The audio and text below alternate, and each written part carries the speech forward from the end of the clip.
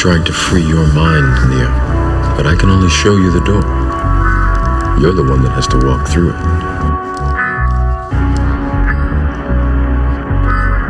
You have to let it all go, Neo. Fear, doubt, and disbelief. Free your mind. This is the Mind is Mine podcast. What it do, ladies and gentlemen? Episode 24, the Kobe episode. My boy Destin. How you doing, man? Good. How about yourself? I'm well, man. So, funny story. We actually recorded this episode back in October, I believe, and the audio messed up. Don't know what happened, but here we are again. We're back to it. How you doing today, man? Pretty good. Had a good start to the day. Got to take a nap because of the little bit of delay this afternoon, so felt refreshed. Yes, sir. Yes, sir. Sorry, got to fix my hair here. Your hair's looking excellent. I appreciate it, man. Yeah. I decided to throw on a hat today and be kind of extra cute for the podcast. So, sure. But yeah, man, new season. Last time we recorded, it was fall. Now we're in the springtime officially. Happy spring to everybody. Yeah, man. How's 2025 for you, honestly? 2025 has been amazing. I think it's been the best year of my life so far.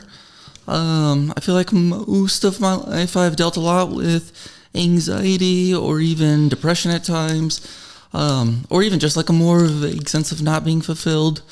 But I kind of got an impression at the end of last year that this year was really going to flourish. And so far it started out really smooth and I haven't had any complaints. I feel like I've been like in a really stable place and really fulfilled. So I've not been disappointed.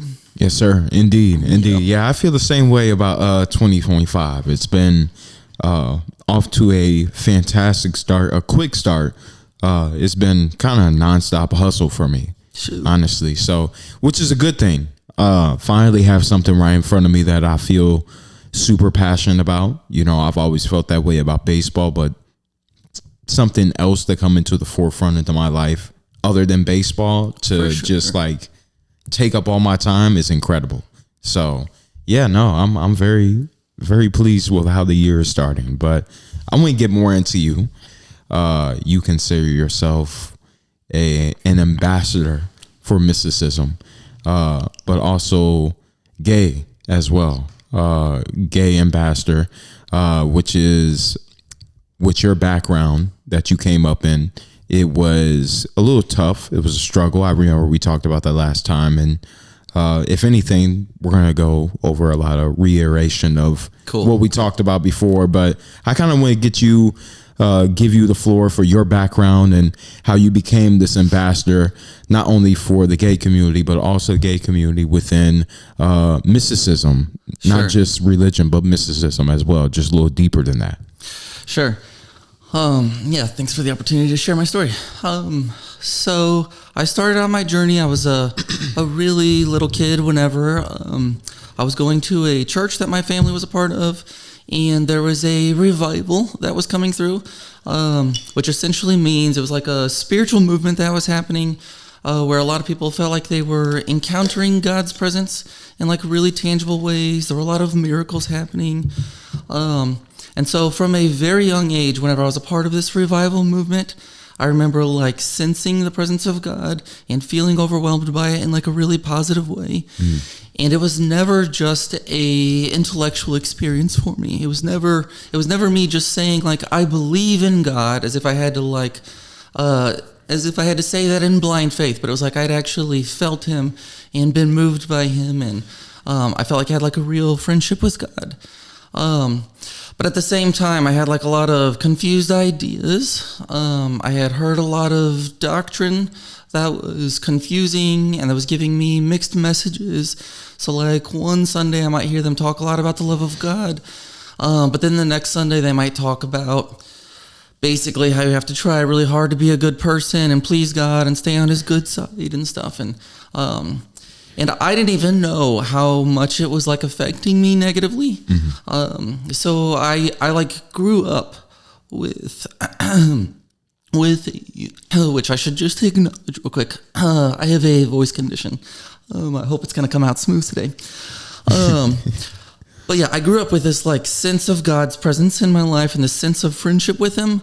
But at the same time, I was like really trying hard to like prove myself and to never piss him off and to kind of like be holier than all of my peers at school. A vengeful God. A vengeful God for sure. And yeah, at the time I was actually convinced that like you need to have a little bit of a threat of vengeance or threat of punishment in order to keep yourself in line and keep yourself motivated to live a good lifestyle. And so yeah, it was an interesting combination because there was a lot of like really positive, redemptive aspects to the faith that I was first kind of handed, but it was also confusing and complicated, and there's a lot of pressure that came with it, and I didn't even recognize it as problematic. But yeah, I grew up and went through school. I was super introverted in school, super isolated, trying to like make sure I was unstained by the immorality of the people around me. I didn't know how to relate to anyone around me. I was at home abused by my mother. She was just kind of physically abusive and verbally abusive, very domineering person. And she was also my best friend, which was super complicated. Oh, yeah. And then, yeah, I went through puberty and started realizing I had attractions for men, and I had no framework for that.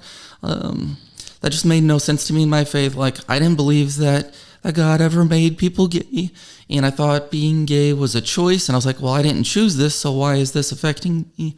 And so, yeah, at the time, I just tried to kind of manifest the fact that I was straight and like speak it into existence. And I thought, like, if I just tell people that I'm into women, eventually I'll somehow cultivate my own sexual appetites, and they'll go in the right direction, and I'll fall in love with a woman. So I had multiple layers of things that I was wrestling through, and it was all kind of weighing on me in middle school and making me self-conscious and depressed. And at the same time, I'm trying to be like the best little goody two-shoe and evangelize all my friends and tell them about Jesus and stuff. And yeah, I ended up kind of getting suicidal when I was like 14 or 15. And I told my parents, I was feeling like just a darkness overwhelmed me. And I was like, okay, I don't think I actually want to kill myself. I think I should share this with someone.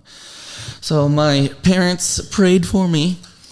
And they were basically praying for like demon spirits to come off of me and quit afflicting me. And I had this experience while they're praying for me where something really, really did lift off of me. And I felt lighter all of a sudden, and it was like powerful. And as a result of that, I got like really joyful, and I even got like more serious about my faith. But my depression still returned. And I was still attracted to guys, and I didn't know what to do with that. And so I kind of went through these like cycles after that point of like feeling like I might get some kind of revelation or insight, and then kind of experiencing that relief again, and knowing that God was fighting for me, and that he had a joyful future for me, and that he really was that presence that I felt that came to free me and to take the burden away. But I couldn't keep the burden away, because I was still struggling with so much self-consciousness, because I was still trying so hard to get on God's good side all the time. I was always afraid I was going to lose his presence if I sinned too much. And my attractions, I thought were sinful in and of themselves. So it was like constantly deterring me from feeling like I was growing fast enough, far enough. But I knew I'd encountered the presence of the Spirit in some very real, tangible ways whenever I was a little kid, and in that moment when my parents had prayed for me. And so I just started to like really lean into my spiritual background and try to tap back into that again. And I basically got on YouTube and some other, I was watching some TV shows and stuff, and I was like essentially looking for any teacher I could find who had supernatural experiences and who had like something of substance and power to teach on. I knew that like just hearing a basic sermon about how to be a good person or how to live your best life, like that wasn't going to cut it for me. I needed messages that were about the Spirit and about supernatural activity and something that would actually bring a deeper and more lasting freedom for me, like I'd already tasted. And I eventually stumbled onto this YouTube preacher. His name was John Crowder. He was one of the main people in this season, although there was a few different voices that I had discovered. But John Crowder, he had a lot of like crazy supernatural stuff that was happening in his life. People were having like this gold dust just kind of appear out of nowhere on their bodies in his meetings, and yeah, stuff that I don't even know if I should say because it's so weird and out there, but like all this ecstatic phenomena that I never even heard of before. Different signs and wonders, you might call it. And so I was like really drawn to him because of that. I wanted to like see the miracles. I wanted to see the phenomena. And I wanted to see how it would impact my own life, like what kind of fruit would come from it. And as I listened to him, I felt the Spirit like tugging on my heart constantly, and it was powerful and it was compelling. But I realized that what he preached about, it wasn't the supernatural, and it wasn't just his crazy ecstatic experiences. Like, he was preaching constantly on the nature and the character and the personality of God, and that like God is a kind Father who's extravagantly generous and extravagantly compassionate, and that we can know him and we can be secure in him, and that nothing separates us from his presence. And he was preaching a lot about our identity, that like we are already beloved just because we are his kids, and that he's not like trying to fix us and make us become something righteous in the future, but he actually sees us as righteous and golden right here, right now. And he's preaching all of these things and teaching people how to like rest in the Lord's presence and rest in his love. And whenever I was listening to it, I was like, but when are you going to get to the part about the fire and the brimstone? Like, when are you going to preach about hell? And when are you going to like make sure that people are living a holy lifestyle and all this kind of stuff? And I was like, his sermons just aren't balanced enough for me. Like, I agree with the part about love, but he's taking it too far, and he's never actually calling people to like live by a higher standard and stuff like that.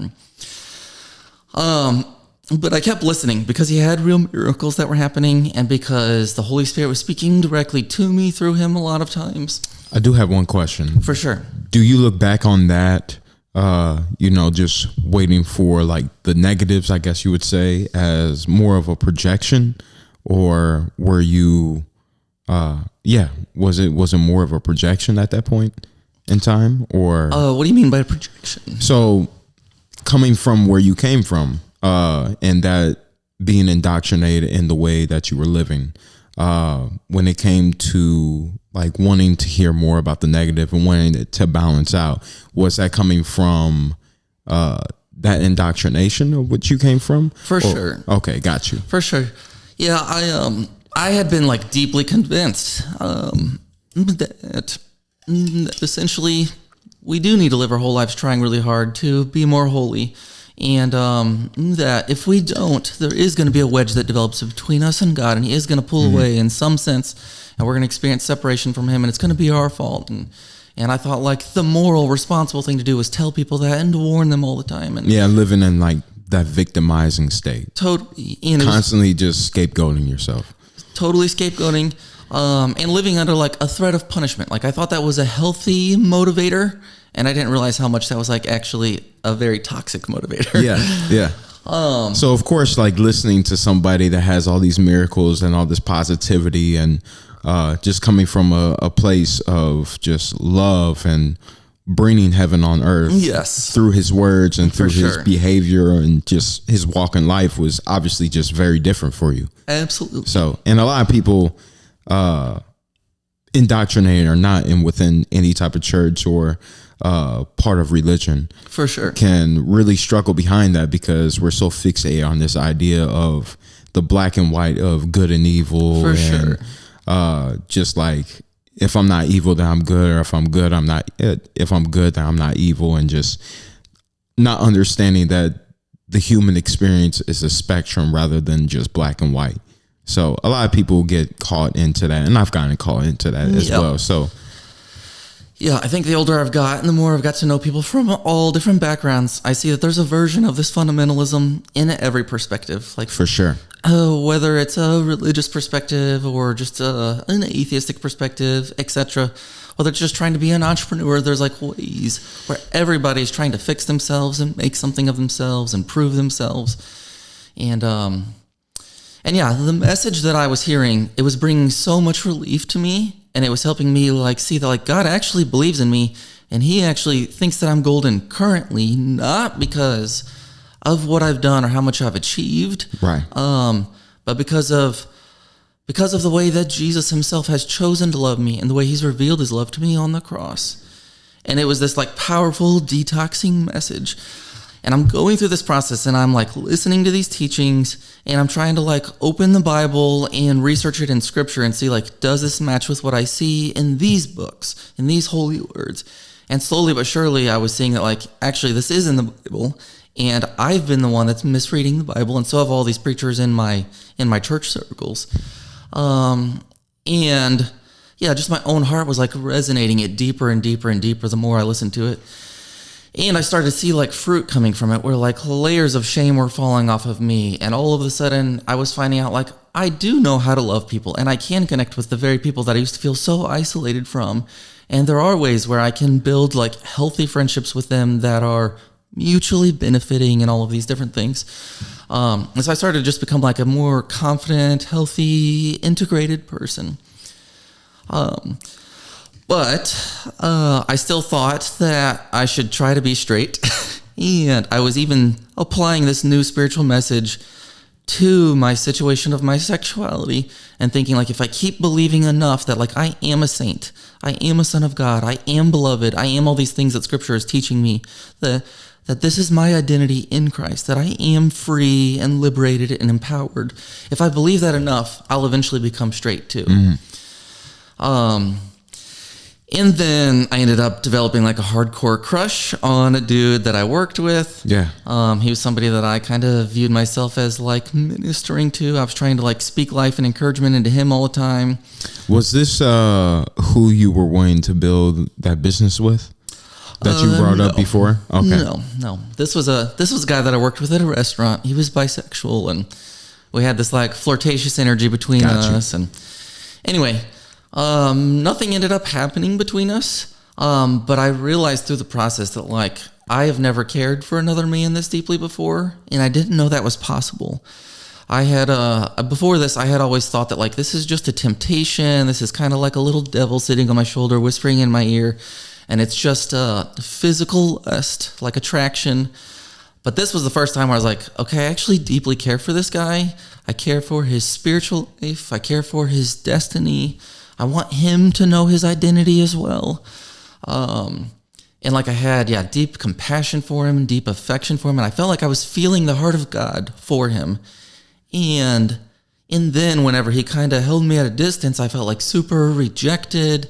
And it really hurt me. And I was like, oh, I didn't know I was susceptible to that kind of pain because I didn't even think that this was coming from my own heart. I thought this was coming from like some enemy outside of me that was tempting me. So I really had to reckon with that because I had this new concept of my identity that I am in union with God and I am a saint and he's already done everything that's needed to like transform me on the deepest level possible. But I was like, but if God believes in me and God has made me righteous and I'm still feeling deep, deep, deep affection for another guy, even like a romantic pull toward him, I was like, it doesn't feel like it's coming from outside of me. And I just have to reckon with that. Like that messes with my head. So I started to like deconstruct my faith even further than I already had and specifically study like, what do I believe about sexuality? Is it possible to be gay and be Christian in some sense? And I was reanalyzing what I believed about everything at the time. I was like, what do I believe about the nature of scripture? What do I believe about hell? What do I believe about the end times, etc., etc.? And I ended up changing my belief about almost everything. I actually think it all actually ended up becoming more beautiful. It ended up becoming more Jesus-centered. I ended up experiencing God in an even deeper way. But whenever it came to my sexuality, it was like confusing for a long time. And I went to a worship event that a bunch of my friends were at where we were singing some songs together, and there was like a tangible sense of God's presence in the atmosphere. And I was sitting in my chair kind of wrestling, and I had this sense that God was telling me, I want you to share your story with more people. I want you to like be open about your sexuality because whatever is kept in the darkness, it festers and it becomes unhealthy, and you need to bring your whole self into the light. The only way that you can walk in integrity is to walk in the light and be sharing and be vulnerable. And I was like, there's no way I can do that. If I do that, that means I'm abandoning everything about my faith. Like, I get that my faith is changing a lot, but I was like, I still love you. And I was like, I can't be gay and follow Jesus at the same time. Those two things seem incompatible to me. And then someone interrupted the music and walked up to the front of the room and took the microphone. It was my friend, Stacia. And she was like, I just had this like vision in my mind's eye and I wanted to share it with the room. She said, I saw a butterfly, or I saw a caterpillar, and it went to a cocoon. And whenever it came out of the cocoon, it spread its wings and it had rainbow colored wings. And she said, I just feel like God is saying that there is somebody in the room, or some people in the room, who he's calling you to open up and to share your story and be more vulnerable and to really come out of the cocoon that you've been held by. I remember you bringing this up last time. Yeah. Yeah. And somebody else got up on the microphone after her and they said, yeah. And I feel like the Lord is saying, like, come out in surrender. And I was like, I have no idea what the hell this means. And so I just like put that little prophecy on a shelf and just sat it there. I was like, we'll process that later. Yeah. We'll get to that. Yeah. And then I ended up having a few other experiences like that. People also saying similar, like, spiritual reading type things about, like, oh, like one person was like, I see that you're like a cloth and the Lord dips you in this dye. And when you come out of the dye, you're rainbow colored. And I just feel like he's going to call you to some like really diverse ministry in the future. I was like, it's not just diverse, it's gay. But at the time, I still didn't have theology for it. Neither did the people who were even giving me these prophecies and stuff. So I kept going on my journey. I kept talking to people, and I had a mentor who, he's still my mentor. His name's Jeff, and one day he came to me. He was like, "Hey, I met this pastor the other day, and he's the pastor of a church, and he's married to a woman. But he told me in like the first few minutes of meeting him that he was gay, and he's like, I think you should meet him and just like see what he has to say about the subject." So I met him, and he told me his story, and he talked about how he came to terms with his sexuality and learned to be open with it. But he had already married a woman, and he actually deeply loved this woman. He kind of married her, I think, to try to become straight, and it didn't work. But he did end up having a lot of care for her, and they had kids together, and they built a beautiful family. And it was like this really weird, complicated situation. And he basically introduced me to this whole movement of people who had wrestled with their sexuality, or even with gender dysphoria. And they had basically accepted that we are queer, and that's not going to change. But we can actually still live out our faith and walk with the Spirit and find ways to integrate it and be true to ourselves, and not have to throw any part of ourselves out the window. We don't have to give up our faith in order to embrace our sexuality. And a lot of them have like very traditional views still about marriage and stuff.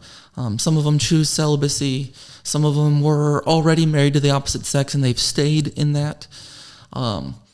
But yeah, they've gone through like a lot of healing and a lot of therapy. And I was like, okay, I want to get to know these people. And so I got involved in this movement. I started going to some of their conferences. And it was like the first time in my life that I saw other gay people who were really in tune with the Spirit of God and really like bearing the fruits of a spiritual life. And they just seemed like healthy and like people of integrity, people with joy. And so it gave me like a template that like this is possible. There are role models for me. I can figure out how to do this. And it was still very difficult for me. Yeah, there was just like so much to figure out about how to do life. And really what it ended up requiring of me was like over many years, it was like the last 5 years or so, figuring out like how to be a relationally fulfilled person, how to be an emotionally fulfilled person, without settling for like an easy conclusion, without settling for just like some super black and white spelled out answer. And kind of the path I ended up stumbling into, which I never would have expected, was I did sign up for celibacy. And really saying I signed up for it isn't even like the most straightforward way to say it, because it was more like slowly but surely I got used to the idea of celibacy and be like, I think this might be what I'm actually going to do. And yeah, just kind of deciding like, actually, I don't have to have either a husband or a wife in order to be a whole, complete person and to really have an abundant life. That there is nowhere in Scripture, for instance, that you are promised to have a spouse, and that there's no rule in the universe that just governs life and says, like, you have to have a significant other in order to be a complete, fulfilled person. And I started to, have conversations with people and learn lessons about, like, relational fulfillment and how much you can actually get it from community and from the Spirit directly, from your meditation times. And I ended up essentially like developing super deep, super meaningful connections with a ton of people where, like, I have these attachments that I feel like are kind of a replacement for a spouse for me now.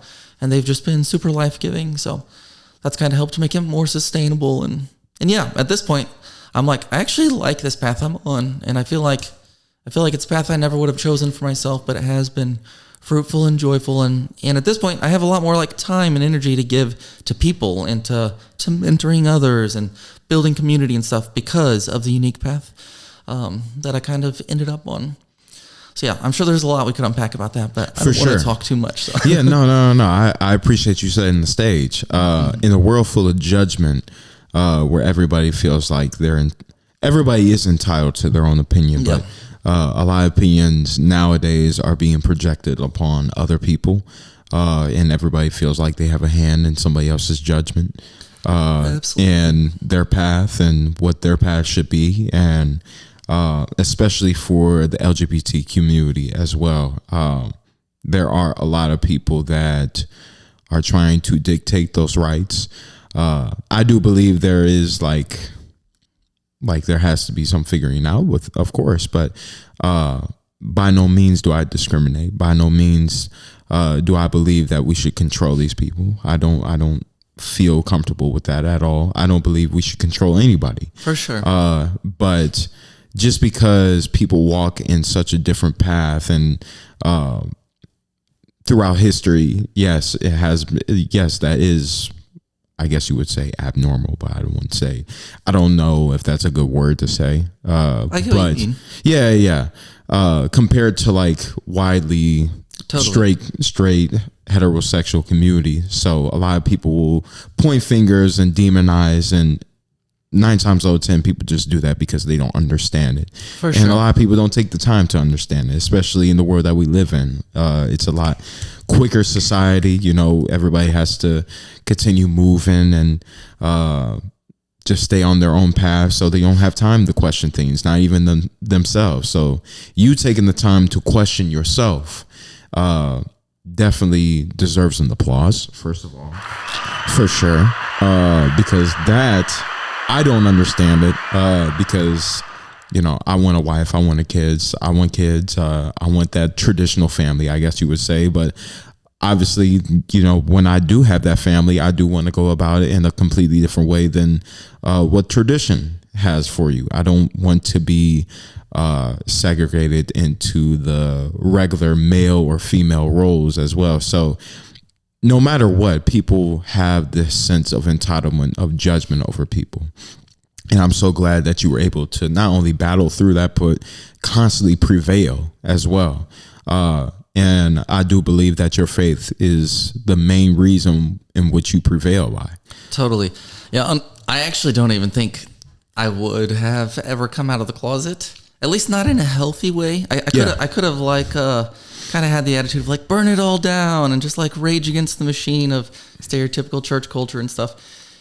If I wasn't in tune with the Spirit. Yeah, you're very, very respectful about this whole thing. And like you even, my bad to interrupt you, by the way. Totally. You're very, very respectful, especially to people that try to bring you down, because you understand the teachings. You understand the word compassion as well. And I'm glad that after everything that you've been through, and even getting into it with your best friend, which was your mom, it's still a testament for you to hold that close to your heart, because you have every instance in which you could have turned your back on compassion and people, but you maintained that composure, you maintained that strength. So I super appreciate that. For sure. But yeah, like literally, I don't think I would have even had the self-awareness to begin to process my story in a healthy way if it wasn't for me, like, first getting that understanding of my identity, which is what I refer to a lot of times whenever I'm talking about being a mystic, of knowing that I'm already one with God, that I'm not trying to attain some high spiritual level through my own performance, but that He has brought me into union with Himself, that I'm secure in His love, that nothing can separate me from Him, and that He believes in me, that He sees good inside me, that He sees His own image and reflection inside of me, and that it's there even on my worst days, even whenever I'm failing, even whenever I'm sinning, like that those failures and sins don't define me, but His love, as it was revealed on the cross when He was literally being crucified by people who hate Him, that kind of radical, unconditional love is the love that won my heart, and it freed me to start to kind of ask the hard questions, and to be like, okay, if I already know that I'm loved and I'm not trying to attain that,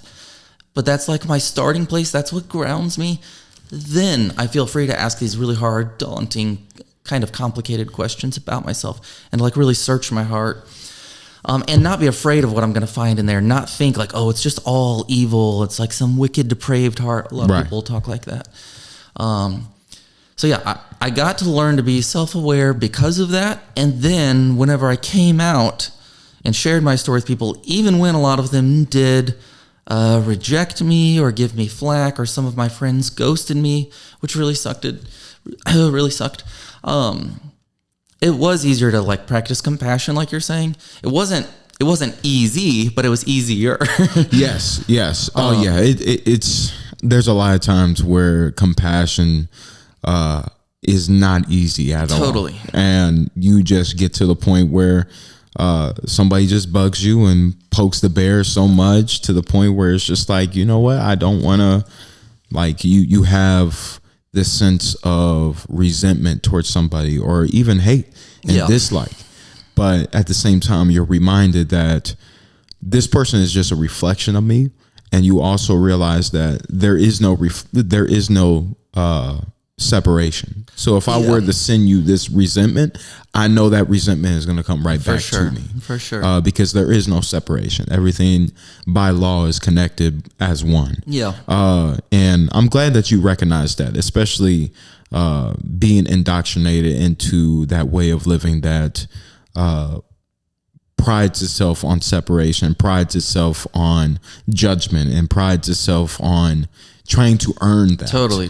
When your existence alone grants you that. Totally. It reminds you of that. So if anything, when you were talking about coming into oneness with God and that unity and speaking in unison with Him, it reminded me that this spiritual journey is not trying to please God, but it's more of a realization of God. For sure. And realizing that from your inner resources rather than your external resources. Yeah, and I will say, I do want my actions to be pleasing to the Lord. I want to show up in a way where I'm kind to people and respectful, and made in His image, of course. Generous. Yes. Yeah, all of that kind of stuff. But I'm not doing that to get Him to approve of me. Actually, who I am is not a job. Yeah. Yeah. Who I am is already pleasing to Him. Even with my weaknesses and failures, even whenever I do stumble and hate on somebody or something, or I'm not forgiving in some moment, He actually sees past that and sees the gold inside of me. And yeah, who I am is entirely pleasing to Him, just as His child, as a being that He loves, made in His image, an extension of who He is on the earth. I'm not trying to, I'm not trying to make my identity become something that it's not already. Yes. But I am learning to live out of that identity so that I can be the kindest, most caring version of myself to other people, and to treat them with the same unconditional, extravagant love that He gives to me constantly. And yeah, I think when I did kind of have some pushback and stuff from people, I ended up losing my job that I had whenever I came out. It was a ministry job. Again, it was hard, and it did cause me some struggles. For sure, of course. But I was able to lean into compassion. I had to choose to, but I was able to lean into compassion because I knew what it was like to be the self-righteous bigot. Like I had already been the person who thinks really black and white and was really repressed and really judgmental whenever I was younger. And I knew that the Lord had been gracious and kind to help me deconstruct all of that, and that he didn't give up on me, and that he, was kind to me through the whole process. And so it made it easier to be like, okay, I want to demonstrate that same kind of kindness to the other people who don't get me, who don't understand me, who are making judgments about me. And I think that's really the only way I was able to do it. One thing I find that's very, very interesting, and also a testament to your resilience, is that you could have kept that resentment, victimizing mentality and just pointing the finger and this judgmental mentality, even when you came out. For sure. You could have just pointed the finger right back at the church and said, hey, you caused all this pain. You made me feel this way. You made me feel like I couldn't come out. And you could have just pointed the finger right back at them. But that would have been the same energy as it used to be. So you not only coming out in that way and explaining and expressing your feelings, but also coming out and growing out of a victimizing, judgmental standpoint to the point where you don't look at them as an enemy anymore. Yeah. And you just say, like, this is just more of a misconception, a misunderstanding, rather than full on demonizing the church. Absolutely. And that takes a lot of strength, because a lot of people are mad with the church and have been for a long time. And there's good reasons to be. For sure. Yeah, I totally understand it. And I mean, there's a lot of things that I don't approve with. For sure. I mean, I didn't grow up in the church at all, but I know a lot of people that have, and I know people that on one side of the coin that are willing to be willing to discriminate against the LGBT community. And then I know the other side where people have gone out of the church or look at the church as demons and just look at all religion as a demonic thing. Well, there really is so much spiritual abuse in the church, and it sucks. And I don't believe I have a victim mentality, generally speaking. No, you definitely don't. Not at all. But there is real victimization that is happening to people. Yes. And the church does need called out on it. Yes. And sometimes even the most reactive voices in our society, I think they play a role, because somebody needs to say it. You're just not putting everything onto the church. That's what I meant. Like, you're not putting all the struggles and the challenges that you went through as their fault. Well, in all reality, I was super complicit in it myself. For sure. I was playing the same game. I was trying to get approval from the people within the system. I was trying to reinforce the status quo so many times. So, like, I'm just as guilty as anybody else. When it comes to struggles and challenges, though, I've really been subscribing and understanding and realizing the idea, the truth, not just the idea, the truth of why we go through certain challenges and certain instances in life is because that was made for you. God wants you to go through those instances and those challenges because he needs you to fill a certain position in this reality. And essentially, this leads to another question, but essentially you're a medium for not only the LGBT community, within spirituality, within mysticism, but mysticism in general. Mm-hmm. You know, you bring a certain background that not a lot of people have or are willing to speak up about. Not necessarily have, but are willing to speak up about. And there are a lot of people that are so not only indoctrinated in the church that feel completely different, but if they branch away from it, they're like, I don't know how to feel. Like, people are going to demonize me. People are going to feel different about me, and they're not going to feel comfortable coming out and expressing their truth, not only in sexuality, but in spirituality as well. But also, it's just you bringing people together and just showing like, hey, this is who I am. I have no fear of expressing my emotions and expressing who I am, and also the constructs that go through my mind, and me just being a vessel for God. At the end of the day, you're just letting people know that no matter who you are and where you come from and how you carry yourself, you can always be that vessel, and God never discriminates. That's so good. Yeah. One of the scripture passages that like really helped change my mind over time as I meditated on it and heard some really great sermons and stuff about it is 2 Corinthians chapter 5. And it says, God was in Christ, and he was reconciling the world to himself on the cross, and he was not counting man's transgressions against them, but he was freely forgiving them. And it says, he's made us his ambassadors of reconciliation. Basically, we get to be his voice saying, come home, like you're welcome.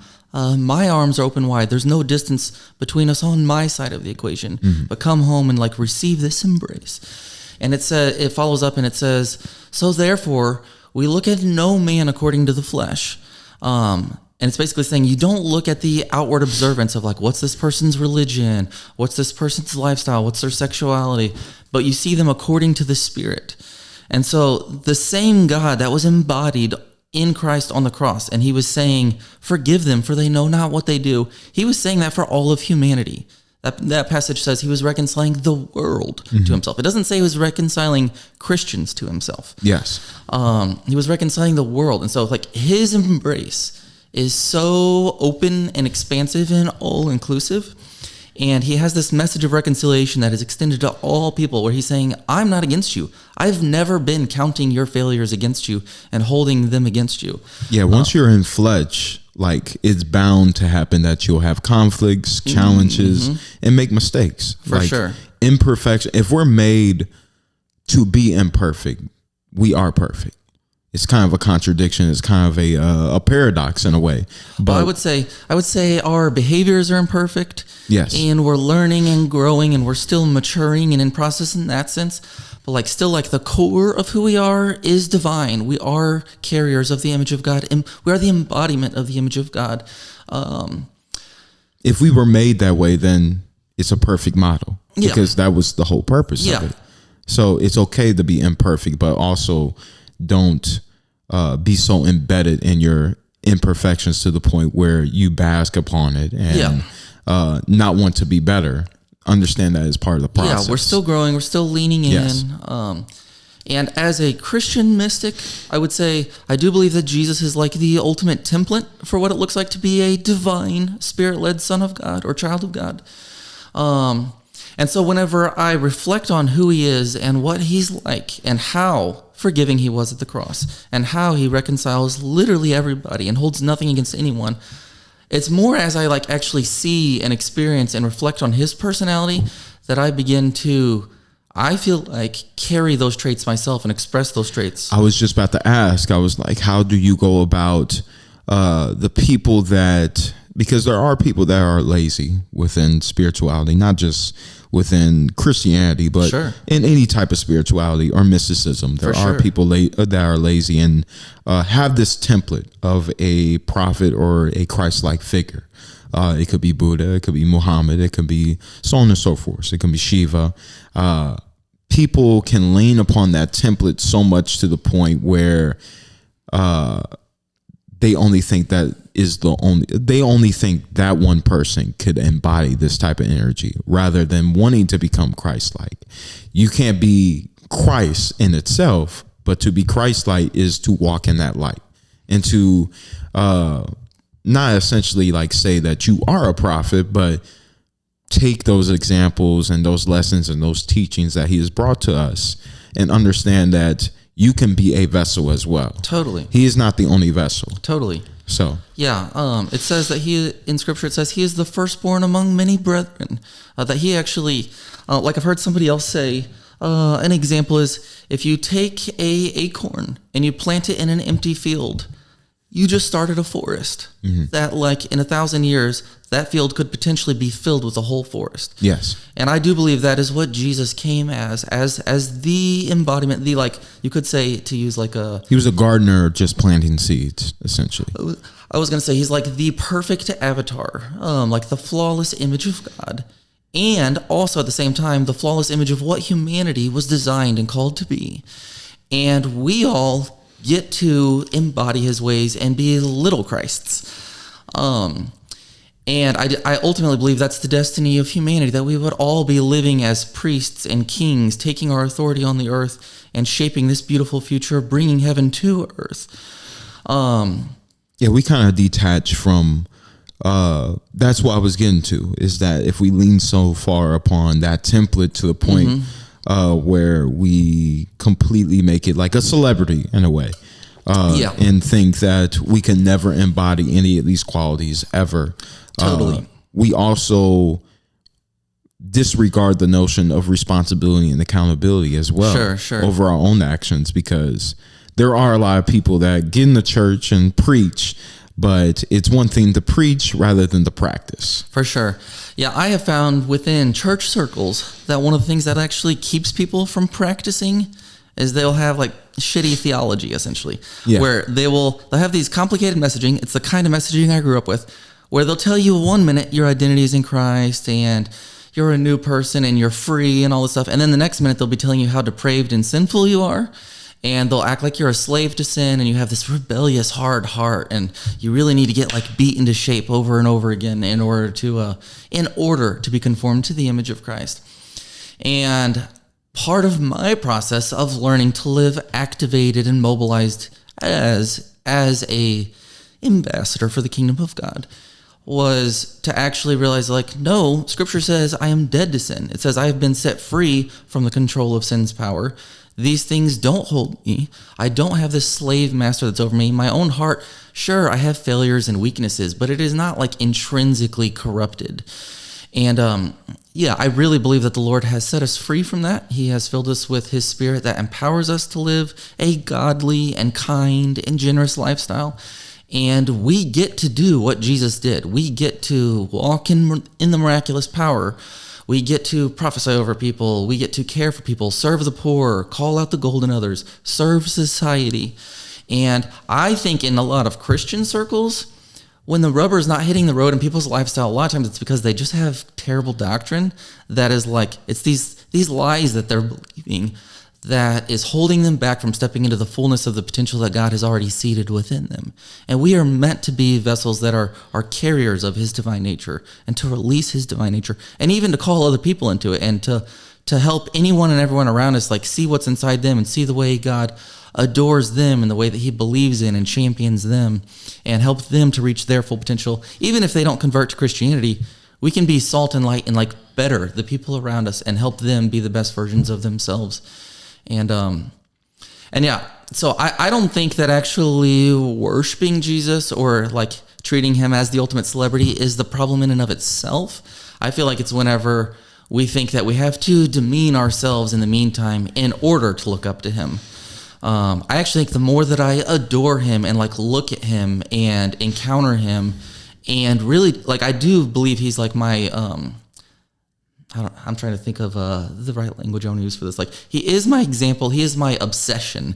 The more I enjoy that obsession, He just like freely shares His characteristics with me, and like they're constantly imparted to me, and it frees me and empowers me to be Him for everyone around me. So it's like, it doesn't actually, I don't think it actually hinders me. I actually think it like is like, He's like the fountainhead, and I keep getting refreshed and resourced and fueled to carry out His ministry, if that makes sense. Yeah, essentially, like, He's the example for you so you can be the example for others. Yeah.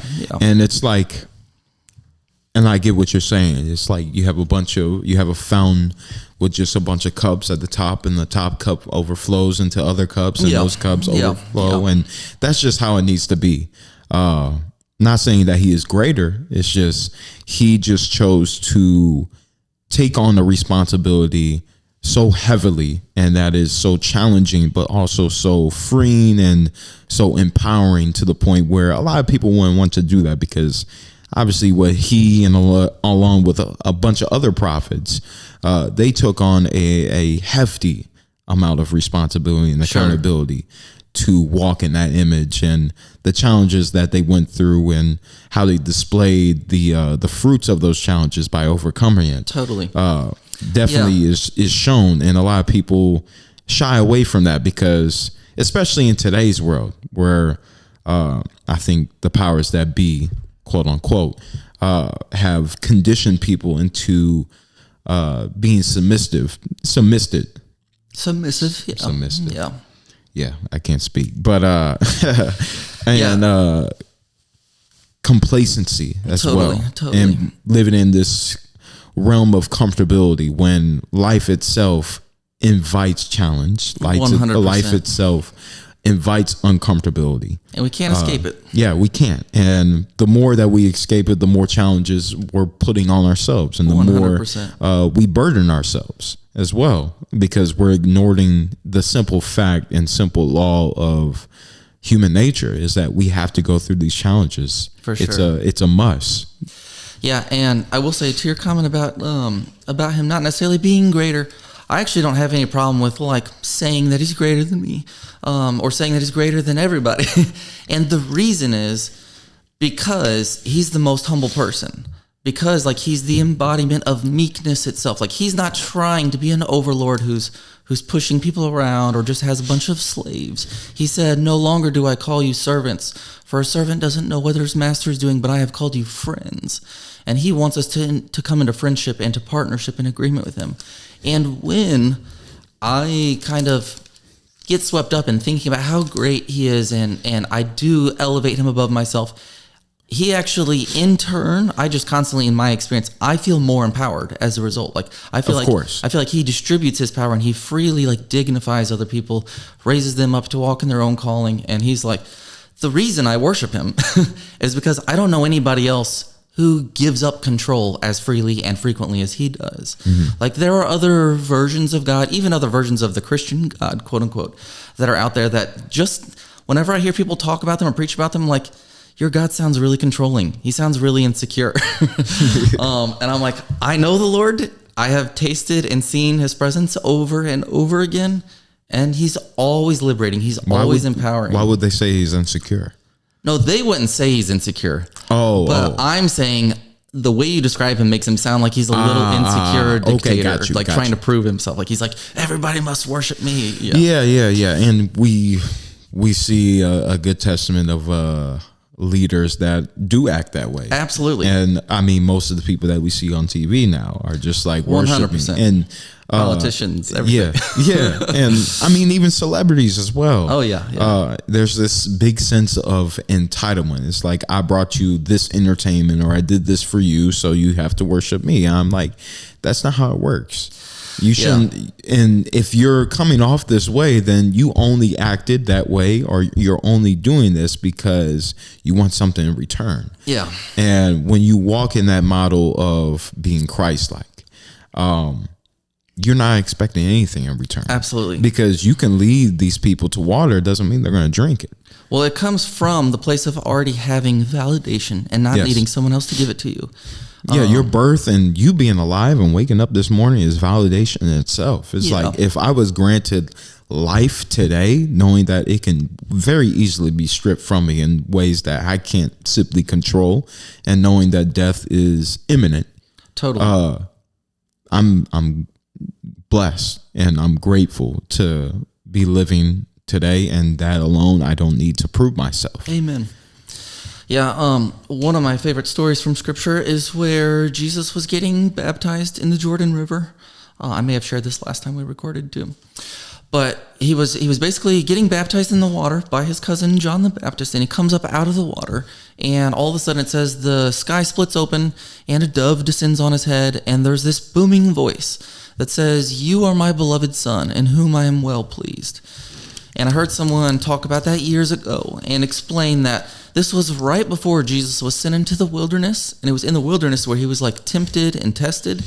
And then it was after he went into the wilderness that he started his ministry and started healing people and teaching and all of that kind of stuff. And so before he basically did anything that was impressive, before he did his ministry, before he even finished his life's assignment by dying on the cross, he started his walk with this affirmation that I'm already beloved just for who I am, that God is already proud of me, and that was like something he could hold on to, and it gave him courage through every storm that he faced.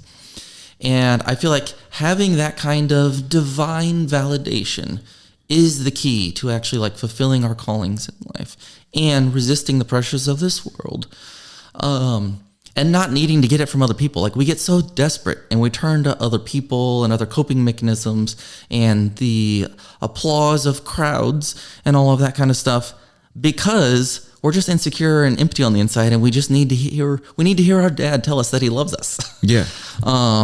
But when you actually tap into the spirit and you realize, like, I'm not convincing myself of this, but I'm actually hearing it from the being that created the whole universe and that sees all of my weaknesses and failures and knows me better than I know myself. And I'm feeling that being pour affection on me and tell me that I am cherished and treasured and that he sees beauty inside me, then it just like is a game changer. Yeah, for sure.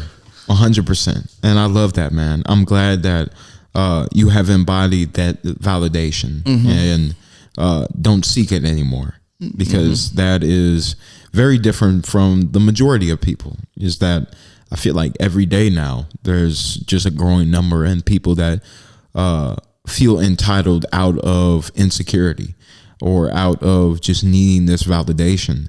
And I mean, it's not healthy that the world is, as a whole, is subscribing to this idea and thinking that this is the way that it needs to be. And I do believe there is an agenda behind that, which that's a whole different rabbit hole. But for you to escape that is a blessing, because you are now part of a small circle of people worldwide that no longer need that validation, that no longer subscribes to the ways of the world and how we receive love and how we should earn love.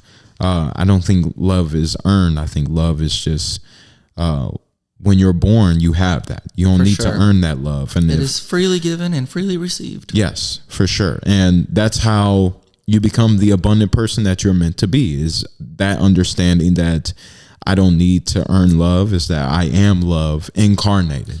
Yeah. And yeah, man. So I do want to bring up a question, because I have noticed this. So first of all, what is the name of the voice condition that you have? Oh yeah. My voice condition is called spasmodic dysphonia. If you know RFK, he has the same voice condition. Okay, got you. His is probably much worse than mine. Yes. Mine used to be really terrible like his, but I have experienced some measure of healing over time, and I think some of it's come through even my emotional healing and spiritual healing. But yeah, it's a neurological condition where your brain sends too many signals to your vocal cords. And I do think it can be exacerbated whenever I'm a little anxious or self-conscious, or for sure. Or like I even notice, like, if I'm not eating a healthy diet or getting enough sleep, like all kinds of things seem to affect it on some level. Indeed. So it's honestly just like a signal light telling me, like, hey, you need to keep working on your health, your overall health. Right. And the reason why I ask, and thank you for sharing that, and also thank you for not being insecure about it as well. Yeah. That was a journey too. Yeah, for sure. I would love to touch on that a little more. But the reason why this question came up to mind is that I've noticed through the progression of our conversation, the beginning of the conversation, especially since we talked the first time it showed a lot more, because I don't think, how many times have you done a podcast? Oh no, this is my first one. This is your first one? Yeah. All right. Well, hey, congratulations. Appreciate you. This is on technicality the first one. Let's go.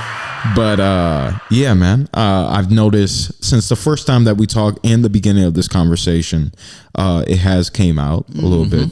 But when you got into a flow state, it just deteriorated. It seemed like 100%. It didn't seem like it was kind of non-existent. Like you have the little tiny ticks, but it just, once you got into that flow state, and also you're coming from a place of passion, I think like you were really able to step into the powers of the throat chakra. Yeah. And yeah, like I just wanted to commend you on that. I just wanted to give you the spotlight, because I've very much noticed that throughout the conversation. It was like, man, it's not really showing at all. So that's good. Yeah. I think when I'm looking into someone else's eyes and feeling connection, that helps me to get over it. Indeed. And I think whenever I feel like I'm like channeling authority, then I'm like, oh, I have something of substance to say. That For helps. sure. So are you big into chakras? No, I don't know very much about it. Got you. I wouldn't be surprised if there's some kind of overlap with what you believe about that, with things that I've experienced. For sure. Yeah. Yeah. So you have the seven chakra system. Specifically, I wanted to touch on the throat chakra, which is creativity, expressing your voice. Sure. And yeah. So I want to see, like, if we don't have to answer any questions about that, because I don't think you really have done too much research into that area. Yeah. Have you? No. Okay. I feel like that would be something to look into and see how that connects. I've definitely felt like the voice condition is like partly just an attack on my ability to express myself. Yes. So yeah, I mean, my journey has been so much about learning to be integrated and like to bring together the fragmented parts of myself and hold them in a healthy tension and help them find peace with each other, so to speak, like to harmonize my inner world and then learn how to share it with other people and release it. And I've known for years that like as I continue on that path of integration and learning how to share my voice, it is part of what's healing my actual physical condition too. Yes. Yeah. So that leads to my question. With this voice condition and you becoming a greater leader and a greater example as you go forward, what have been the toughest challenges that you've had with this condition and also through your growth of not only speaking and expressing your feelings and who you are, but also being a leader within not only spirituality, but for the LGBT community as well, and constantly just uplifting people and being an example? I love these questions. Of course, man. Didn't even have to write them down.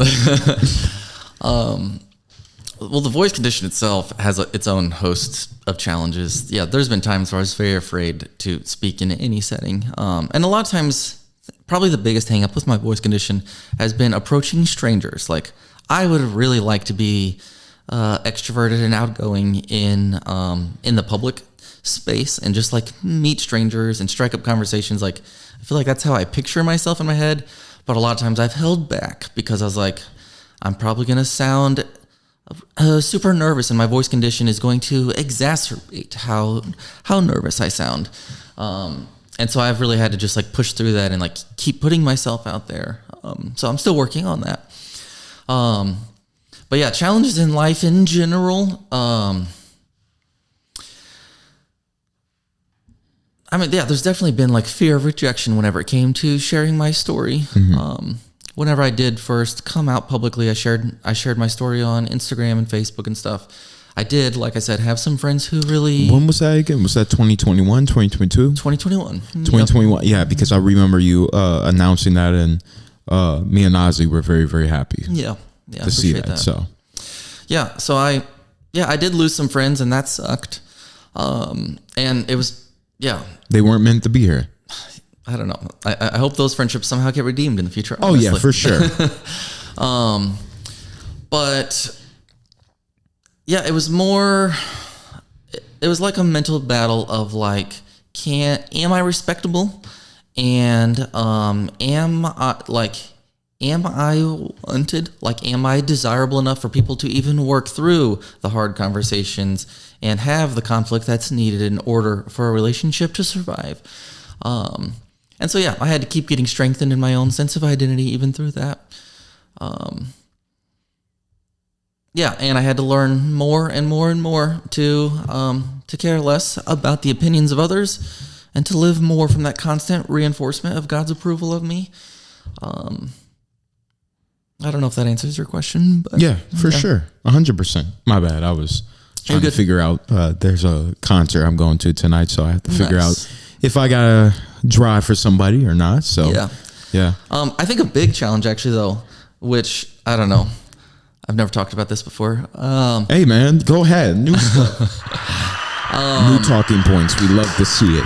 Like, thankfully, before I shared my story publicly, I had already come out to dozens of my Christian friends. Mm-hmm. So I had already had a lot of like really positive experiences with them, and I knew that like the people who I'm closest with in most of my relationships, they already care for me. They've already got my back. They're already in my corner. And so I wasn't too afraid of what the rest of the Christian world thought of my story. But I was more afraid of what my attractive straight friends would think. Because there was a lot of guys that I had gotten close to. And I was like, honestly, I really like having these bros in my life. And I do have a lot of affection for them. But I don't want them to like think it's a threat if I'm trying to like be close to them. And I'm not going to hide the fact that I like them. Yeah. And me speaking on my own experiences, I'm heterosexual. I love women, but I have no problem with anybody that seeks to express themselves. Yeah. I just let them know. I'm like, hey, I don't swing that way. Yeah. But I know that I'm attractive, and I know Super that, true. and Super true. and I get a lot of compliments, and a lot of gay people come up to me and try to ask me. I'll just say respectfully, I'm like, hey, I love that you're expressing yourself, but I don't swing that way. That's good. That's good. But there are a lot of people that just take offense to it. And I'm like, dude, first of all, somebody is coming up saying that you are a beautiful human being. So first of all, you should feel happy about that. Because Lord knows a lot of people have a lot of insecurities, and that person may have insecurities as well. And just because they are of the same sex doesn't mean they can't call you handsome, even. For sure. Because trust me, I participate in the game pause and stuff like that because it's funny, but at the same time, sometimes we let it get too serious to the point where we don't allow any type of confrontation between not really, I wouldn't say attraction, but just compliments in general. For sure. It doesn't even have to be, you don't even have to be attracted to this person. But if you were to say like, hey, you're looking great today, I like the fit, or attraction, some people were like, oh, get that gay shit out of here and everything. I'm like, man, like, bro, stop. Like, I get it. It can be a fun game sometimes, but if we take it too serious, then it's just like, come on. Totally. Yeah. Yeah. So I think, that was one of the bigger challenges for me, was just like kind of honestly overcoming layers of shame I had about like, do I fit in with other dudes? Can I be close to other dudes? Am I going to push them away if I'm attracted to them? And I even had to like learn in certain relationships, like how to have good communication skills with guys that I am attracted to, and make sure we're setting good boundaries and communicating about our expectations for what our friendship looks like and stuff. And so it was complicated times, but. Well, being an ambassador, in the position that you're in and how you carry yourself also invites to challenge people and their viewpoints and how they view life and how they view people of that community as well, especially in the spiritual community as well, and being intertwined. And that alone, those two connections, LGBTQ and the spiritual community of any type, has always went through somewhat of a treacherous history. That's true. And a lot of challenges. And you being here and you walking in the way that you feel comfortable and expressing how you feel and just being who you are, invites challenge, invites people to rethink their values, rethink how they perceive the world, and also perceive themselves and how they express their values and their feelings towards other people, especially of that community as well. And there's a lot of people that don't feel comfortable being around spiritual communities, religious or not, let alone the LGBT community as well. So there is a lot of, like I said earlier, a lot of challenge and a lot of responsibility and accountability that comes with the position of being an ambassador. That's true. As yourself. And if anything, it's just being okay with not only challenging yourself, but challenging other people just through your presence alone, and say, hey, this is who I am. I've accepted myself. Are you willing to accept me? If not, then I will go this direction. You go this direction. But if you are, then let's work to knock down and to demolish certain walls and certain perspectives and perceptions in a way that has just stopped us from connecting. For sure. I have a friend who he uses the metaphor. He talks about the canary in the coal mine. Are you familiar with that? I don't believe so. So like apparently at some point in the past when there were coal mines and that was a main source of income for a lot of people. Sometimes people would like take these canaries into a coal mine, and if the canary could survive, then it was evidence that there wasn't like a gas leak or something that was toxic in the atmosphere. And they would know that like if the canary is doing okay here, then the humans will do okay here, and we can keep working in this mine. I think that's how it went. So the canary in the coal mine metaphor, my friend applies that to queer people. And he's like, if queer people can survive in this church, or if they can survive in this social circle, then that's a pretty good sign that everyone else is going to flourish. That it's not a toxic, controlling environment that's going to repress people. And I find like I'm not really just wanting people to accept me, and I'm not even really wanting them to accept my queer siblings. I'm wanting them to accept themselves as a child of God. Like I'm wanting them to find the areas in their own life where they are repressed or shut down or fragmented, or where they haven't experienced the intense radical love of God touching every part of themselves. And I want to help them, step into abundant life wherever they're already shut down. And I find that a lot of people who are most insecure or dogmatic about these things, or if it's just like a straight dude who's a little homophobic, like there's usually something there where they're not being the healthiest, fullest version of themselves too. And I want to like invite them to be more bold, to be more vulnerable, to pursue more healing, to connect with people deeper and not hide parts of themselves. So to me, it's not even like ultimately just about queerness itself. Although I do think that's a big issue, but it's more like, okay, if you have a problem with this, like what does that say about you and your level of growth right now? Does that make sense? Yes, for sure. Because everything is just, at that point, if people have a problem and they're taking it out on you, it's just a projection of how they feel and how they feel about themselves in the way. And there has been a lot of walls just put up by people now in so many different realms. It's not just towards that community or towards spirituality in general. It's that we have gotten so distant with each other to the point where we don't seek connection anymore. Absolutely. And we believe that the internet alone is all the connection that we need. But especially with the rise of AI and just these content creators that are looking like they're doing good for the world, some of these people are just pretending. AI itself is pretending. I don't vouch for AI in the creative realm at all, because I am an artist myself and I'm working on how to strengthen my craft. And I don't seek to use AI for that means, for practical means, for rational means, and doing numbers and analytical stuff or helping with certain models, then for sure. But for my creativity in general, no, I don't lean upon that. And I'm starting to realize that there is a rise of, excuse my language, fake shit. For sure. Authentic, not inauthentic. And is it inauthentic or unauthentic? Yeah, inauthentic. Okay, got you. Just making sure. And I'm just noticing how a lot of people are walking this way of life that is just fake. And like we said, just trying to bring in more validation because they think if I put on this mask, then maybe I'll feel validated, or that makes me the most money. And how, as a leader, do you communicate with those people? Because I'm pretty sure that you read people pretty well. You can read the room very well. Would you consider yourself an empath as well? Oh, absolutely. Yeah. So how would you go about somebody that is noticeably and obviously playing it safe with themselves and being fake and putting on this mask rather than succumbing to the truth of who they are and just what reality is? How do you approach that? Well, with everything, I try to just be led by the Spirit, so it won't be like a formula for every situation. Yes. Yeah. I'm glad that you brought that up. But a lot of times what I'm looking for in those situations is like, where is the lie that they believe about themselves? Like, where's the distortion that has creeped into their mentality?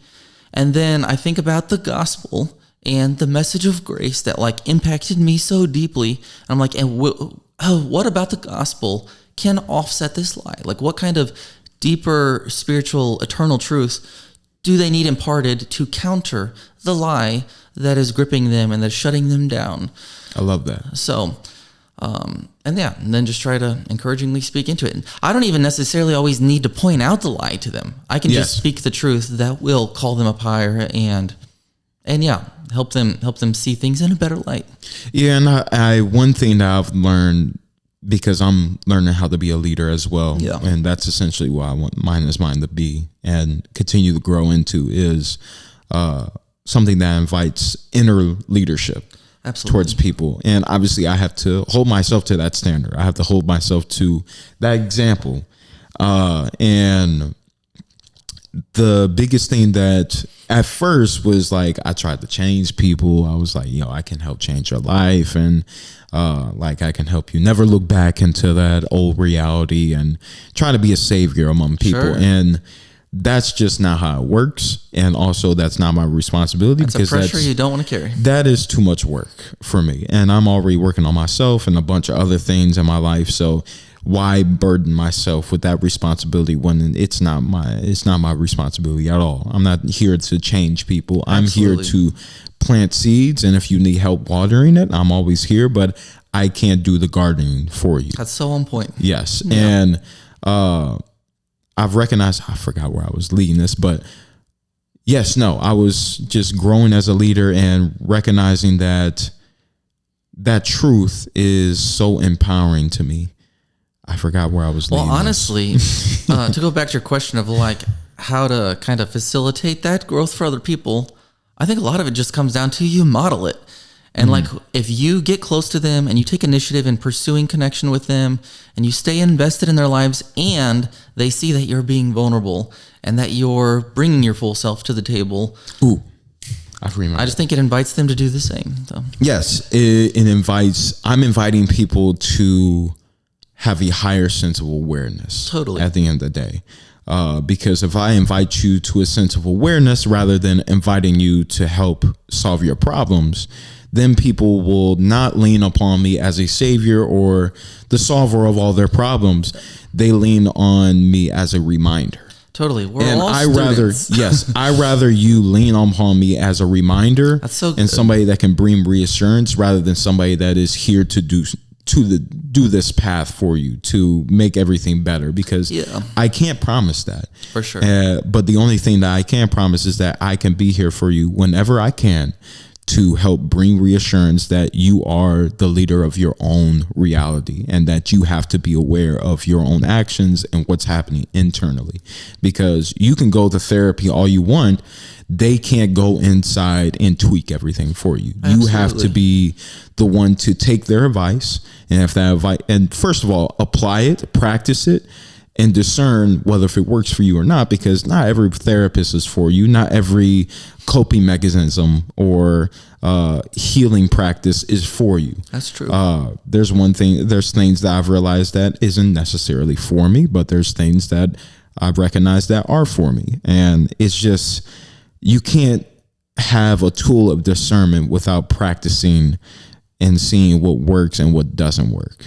And that in itself implies time, energy, and responsibility. And that's the biggest thing that I want to invite. And yes, while it is hard in some ways for you to take up responsibility and accountability, especially being in a reality that invites you to be comfortable and to be complacent and rely on conveniency, it can be hard to want to take that responsibility, but also that implies that you have the power now. You don't have to give your power away to anybody. I don't want you to give your power away to me. I just want your time and your connection. Yeah. That alone is more than enough. And I mean, when I get to a point when I start earning for that, that's even greater. But I care about the value of time and connection more than the money, because the money doesn't come if we don't have that value. That's true. Or that connection. But I do want to say you will make money doing this someday. Oh yeah, I know for sure. And I mean, that day is literally right here on the horizon, you know? Yeah, because you have things of substance to share, and your gift will make room for you, and yeah, it's worth being paid for. So I'm blessed. Thank you so much for that. Yeah, I totally agree with what you're saying. None of us are experts. None of us are the ultimate guru. Yes. We look to each other and we learn from each other, but we're all little lights. We are not the light. Yes, we're all little G's in this world. 100%. And there's one big God and there's little gods as well. Yeah, we are we are divine. We are children of the divine, which makes us divine. Yes. But we get it from him. He's the source. Anyway, I also think what you're saying about responsibility and accountability, like that's so powerful. Like we have to practice self-control. We only move forward by self-control. But even self-control, I think, is a gift also. Yes. Like I also have to realize that like there's going to be times I fail. There's going to be times I feel super weak and I have limitations, and I'm not just willpowering my way through life. And there's a Bible verse also that says, God's strength is made perfect in my weakness. It's like we don't even have to run from the fact that like we're not always going to be the most disciplined or put things into action the way we need to. There are going to be times where we fail and have flaws. You have to be vulnerable to that. And yeah, we just accept that and invite God to empower us in those moments. And we keep leaning on someone who's stronger than we are because our own strength is limited. And that actually is the most powerful thing we can do. That is how we can keep showing up and keep taking a step forward and not give up on ourselves, but join the Creator in fighting for ourselves and for our own future. So that brings up a question.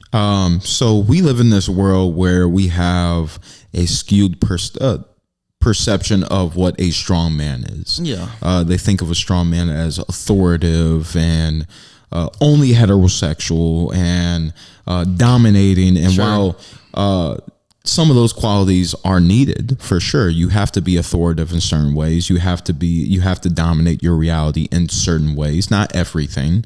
You have to dominate your perception. You have to dominate your own actions, your words, and your thoughts.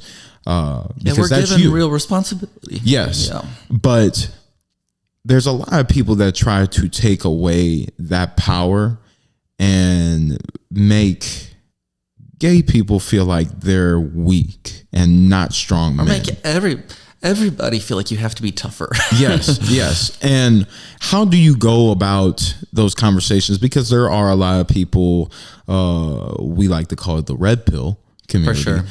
that will look at you as a gay man and say that you aren't a strong man or aren't in tune with how nature wants you to be. Sure.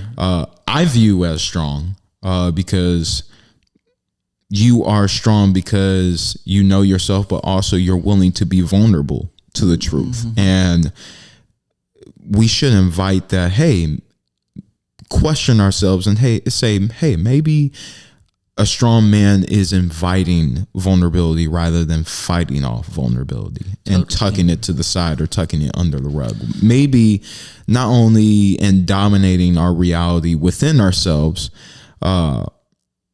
and dominating the challenges that arises not only internally but externally. That is what makes us a man, but also is being able to be vulnerable and accept that vulnerability.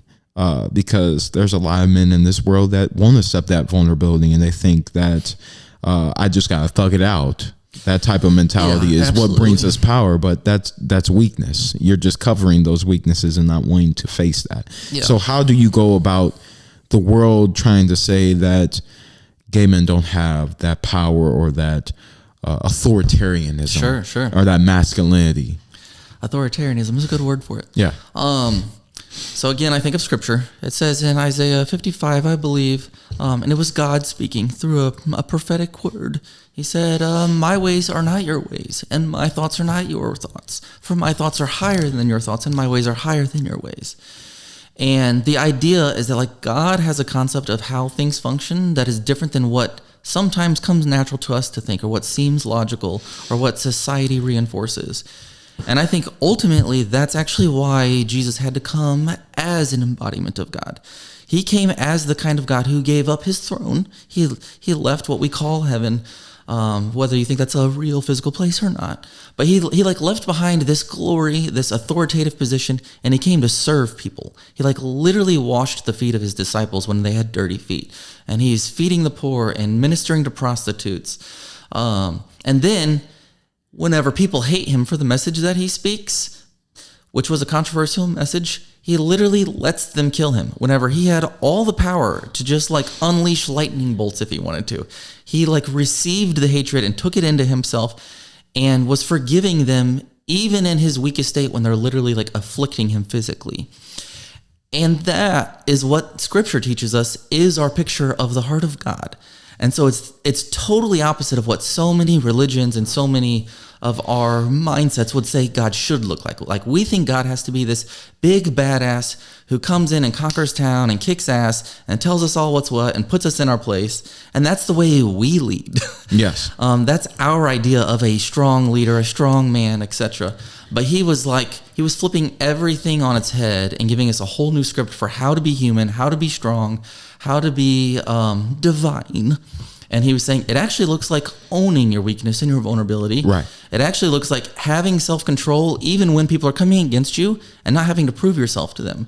You don't have to defend yourself. You don't even have to you don't have to protect yourself. You don't have to preserve yourself. It can actually hurt, and you can feel the pain and go through the pain and trust that on the other side there is a resurrection coming. Right. And it's not about you pulling yourself up by your bootstraps. It's not about you putting other people in their place or competing against them. It's actually about you seeking humility and seeking connection in every moment. Because ultimately, I think what he was about was modeling love and pursuing the hearts of the people that he was trying to draw close to. And so, to me, like that's the ultimate picture of what I'm trying to reach for. His victory didn't just come whenever he was raised from the dead. His victory came when he said yes to the cross, whenever he was bleeding to death and looked like a rag doll that was torn to pieces on the cross. Like that's actually what real victory looks like, is like, it doesn't matter what you do to me, I can still stay here and be unmoved and be secure and keep loving you and keep feeling the pain, keep my own heart tender and not become hard-hearted. Like that's actually how we overcome the world. It reminds me of that story of how a king was able to, or a leader in some sort, was able to help transform his community, transform his kingdom, and he feels obligated to go to the neighboring town or the neighboring kingdom and say, like, I completely changed the way that my community operates. I brought peace, and I am here now to bring peace to this kingdom. And everybody looked at him crazy because it was just like, our kingdom is not yours. Sure. And you can't apply this preconceived notion that worked somewhere else to work here. And I feel like there's power in adaptability. Absolutely. And the idea of a strong man here today as well is finding something that works and applying it to everything when that's not how it works, essentially. There's so many different paths and so many different people in life that you should not approach in the same way. Approaching love, but love is expressed in so many different ways. Love is not just one narrow path. Sure. Love is never controlling or coercive. Yes, that's why it's called falling in love, because you're submissive to it. You surrender to it. Yes. You fall into it.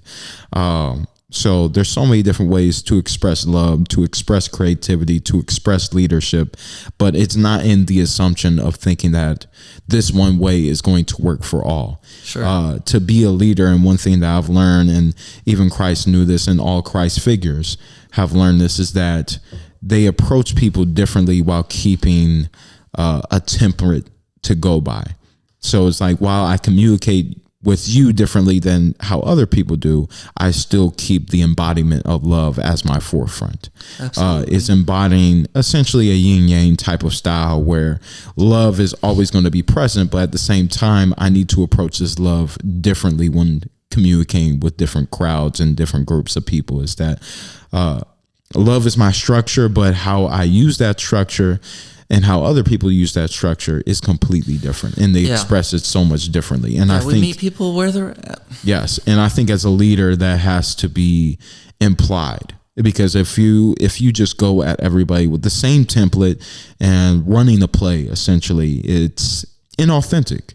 You don't become this leader that is empowering people. You become this leader that is essentially scamming people in a way. True. I feel like so. I'm glad that you brought that up. Yeah. I'm glad that you brought that up. I thank you for that answer as well. You have a ton of wisdom, bro. Yes, sir. Hey, man, that's why I'm here. Love hearing your thoughts. For sure. I do want to talk more about what you're doing now. We had an hour and a half of reflection here, which I love. It was great. Yes, but I want to see what you're doing now, how you're applying everything that we reflected on going forward, and what are you doing in 2025? What are you doing as of today, and the lessons of yesterday? How are you applying to today, and how are you shaping tomorrow? Long-winded question, but yeah, I do a lot of things. I have a very full life, like not in a stressful, busy way, but in a full schedule, full and fulfilling way. I'm currently working for a media company. I help people with search engine optimization on their websites. So I get to write a lot, and that's a good creative outlet for me. do you know how to start a website? Yeah, for sure. I need help with Oh yeah, I'd be happy to help you. Help me. Let's go. Let's do it. Hey, Yeah, that would bring me so much joy. for sure. Yeah, I do a lot of things. I do some side photography. Also want you to do that with me sometime. I would love to. Yeah. I definitely wanted to shine more light on that too as well, because you are pretty good at what you do. It's been a while. I don't think I've ever gotten pictures from you before. I don't think we have, no. Yeah. Yep. So that is going on the We'll get bucket there. list. But yeah, I also do a lot of ministry type activities. That's really my main passion right now in life. So when it comes to queer stuff, I do have a group. It's called the local Revoice chapter that I help facilitate and give leadership to. So it's a bunch of queer Christian believers who meet together once a month. Well, really, we're doing more like twice a month now, and we'll just have like discussions, encouraging discussions, try to build a sense of fellowship with each other and encourage each other in ways that we might not be getting encouraged if we go to a church or some other setting. So that's really cool. A lot of them are from like very diverse backgrounds. So I get to connect with people from all kinds of different denominations and sects and stuff. And then What denomination were you growing up as? I would just call it charismatic. It wasn't like an official denomination, like a really structured, systemized thing. But it was like a non-denominational churches where they really emphasize the supernatural and the gifts of the Spirit, healings, prophecies, all that kind of stuff. It was kind of similar to Pentecostalism, if you've ever heard of that, but I don't believe so. yeah. And anyway, so I'm doing the Revoice chapter. I help lead that once a month, and that's a really great community. And then I also lead a house church. I'm a part of a network of houses or house churches. And yeah, that's been going for close to 2 years now. It's a very intimate, small spiritual community that's very casual. We're very spontaneous and led by the Spirit in our meetings. A lot of times we have like discussions of scripture, or we'll sing a lot of music together spontaneously, or we'll just eat a meal, have a feast together. And yeah, try to encourage each other, be there for each other, share our life stories with one another. So that's something I'm passionate about. And then a lot of the people in my house church and tons of people outside of my church, I just kind of mentor and try to like be a big brother to, keep up with them, speak into their destinies and where I see their lives going. And yeah, that brings me a lot of joy too. For sure. Yeah. That's beautiful, man. Yeah. I love that. Going forward, what is probably the biggest message that you want to bring people, especially that people that want to associate with you, that want to work with you? What is, excuse me, that is my 222 alarm for gratitude. Oh, so, nice. I love 222. First of all, I mean, since now it just went off, what are you grateful for? Let's postpone my other question. And what are you grateful for today at this moment, 222 Grateful March. to have time with you. Yes. I'm just really grateful for this year so far. Like I said at the beginning, I don't know. It's just been unusually joyful, like in a very steady and constant way for me. And I feel like it's because of other breakthroughs that I had in years past, but they're just like finally starting to add up. And I feel like I'm getting into a more smooth place. And so, yeah, I've been waking up grateful every day lately. That's beautiful. I'm grateful for this conversation. I'm grateful that finally we're getting back to it. I know that we started it back in October, but we both busy. We both have This busy is a much better schedules. recording anyway. So Yeah, for I'm very sure. happy There, with it. yeah, you are flowing in your words and these stories a lot more than you were the first time. So it's sure. nice to know that you have this growth after 6 months. That's crazy to think. That is a 6 long months time. ago. So, but yeah, almost 6 months ago. But yeah, man, I'm grateful for this moment. I'm grateful that I have a podcast. I'm grateful that I have a platform. I'm grateful that with each conversation, I learn how to be a better communicator, but also a better leader as well, and bring people together through conversation. For sure. So I appreciate you being here. Thank you. I appreciate you giving me a second chance too. Of course, man. But I did want to touch on, we talked about it last time, and I'm postponing my other question. I'm going to save that for later. I did want to ask about the business, or was it a monastery that you were building with somebody else in the past? It was a good friend of yours. Okay, so my best friend Jackson, he's like... Yes. Yeah, he's like my closest attachment. He's a straight dude, married, has a kid. Shout out to Jackson, man. Yeah, love the hell out of him. He's helping me build my house church, so we lead that together. So wait, you're about to have your own church? Well, we do have a church. It's like a very small microcosm of the church. I would like to go. I would like to check it out. Yeah. I'll give you details later. Thank you. But yeah, we're getting ready to probably split on some level because we want to like multiply and basically build more spiritual families that we can invite more people into. For sure. So yeah, it's just been a really exciting journey doing that with him, and that is the current expression of our ministry.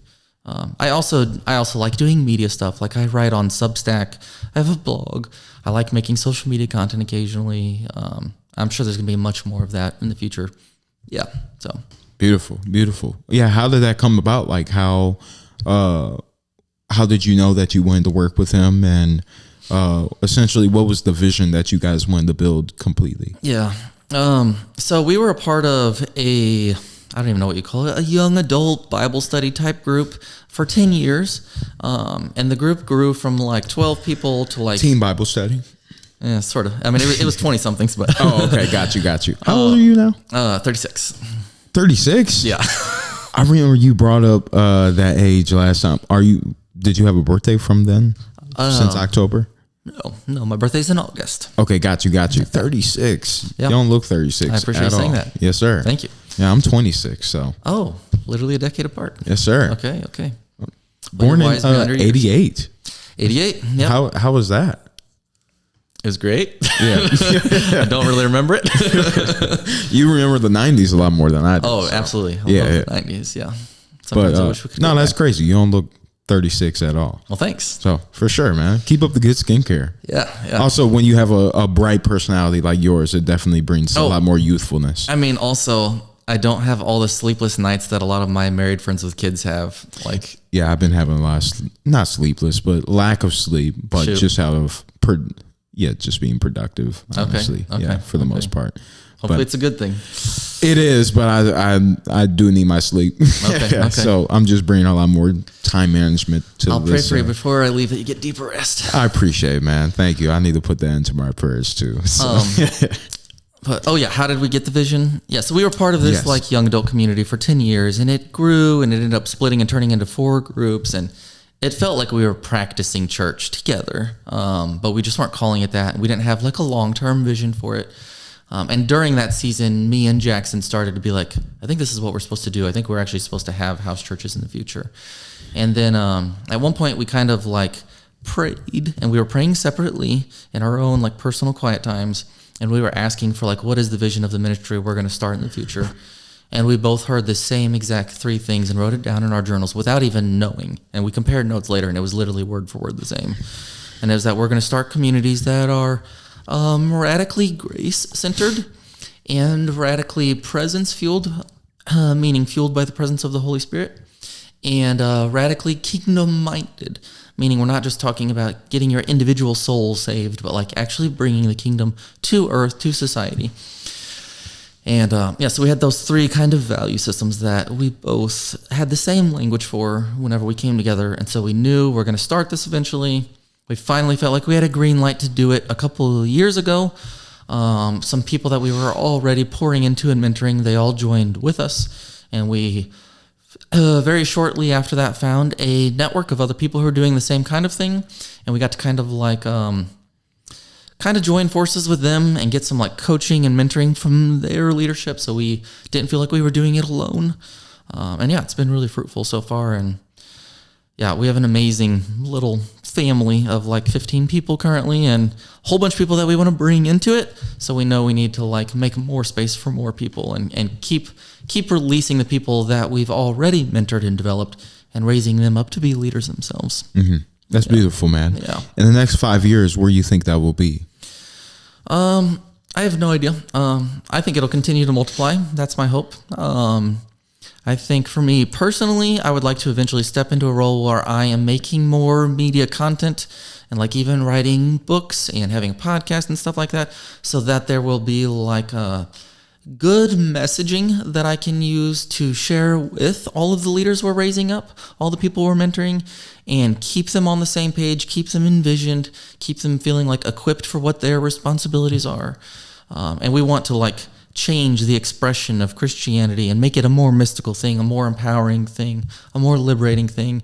And so we want them to have like fresh theology that we think is more in line with the way things were always meant to be.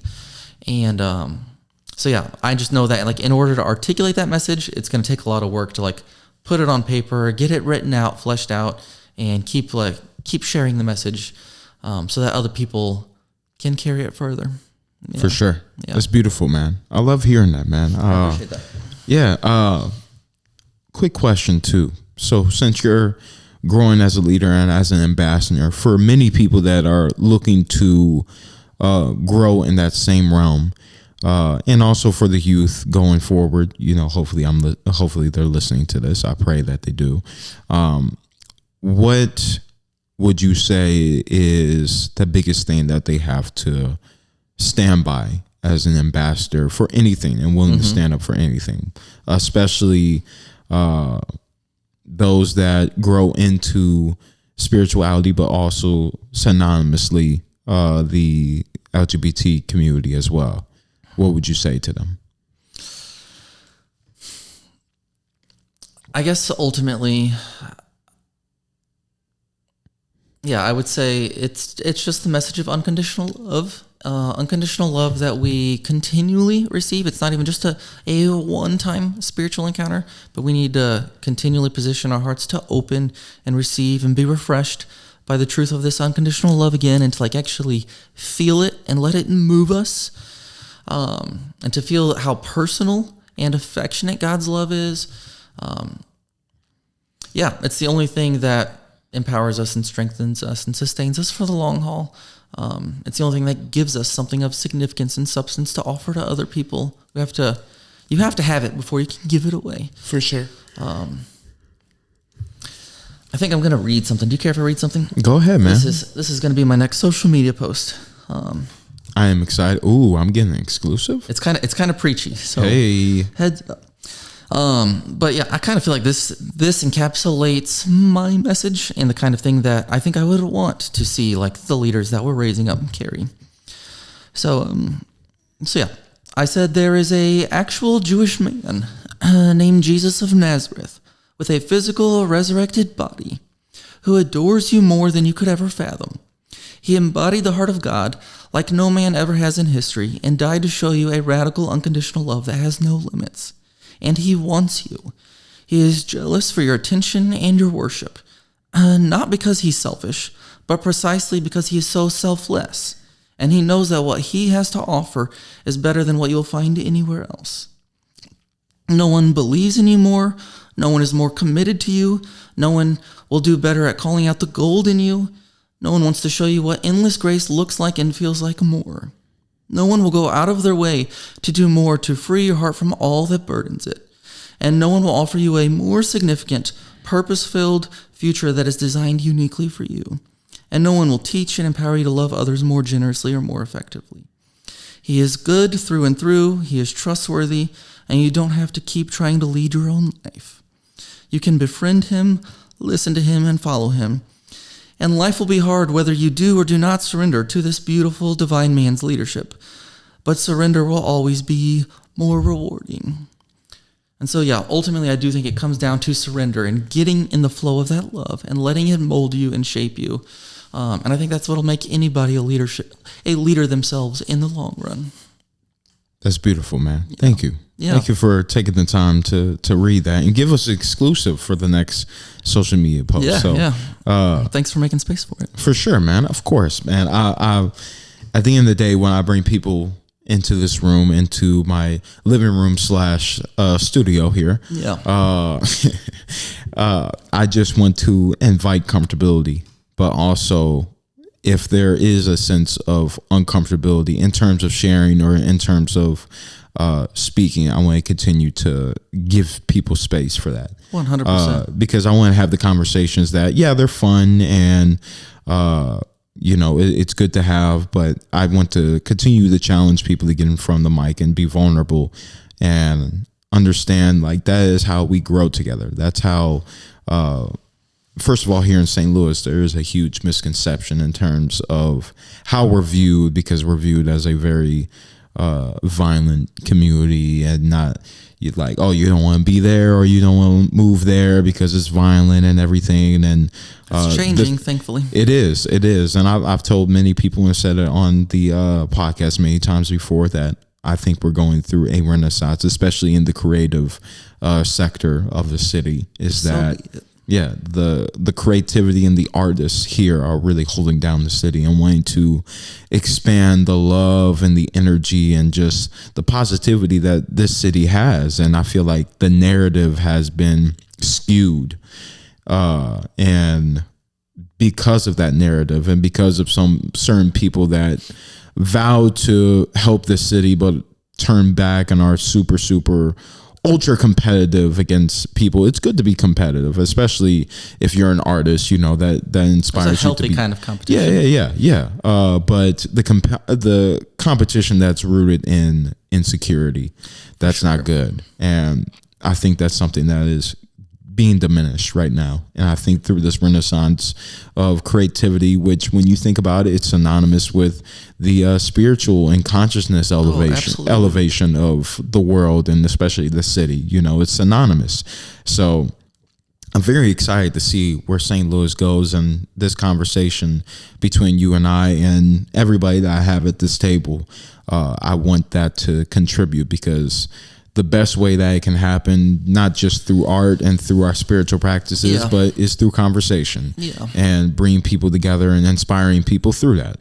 Yeah. So, and I pray each day that any one of these episodes, it could be one or it could be every single one of them, and anything in between, brings enlightenment, inspiration, and love to people that listen. Amen. So, for sure. Yeah, I'm totally tracking with you about the Renaissance. There are a lot of people who are picking up on that, even in the Christian world, and I do think there is an explosion of creativity coming to St. Louis, and that it is a sign of people coming alive and their own hearts getting free. So that's so cool that you're already seeing that. Yeah, being a part of it too. I mean, absolutely. Like yesterday, I was a part of. Shout out to my boy Jamal.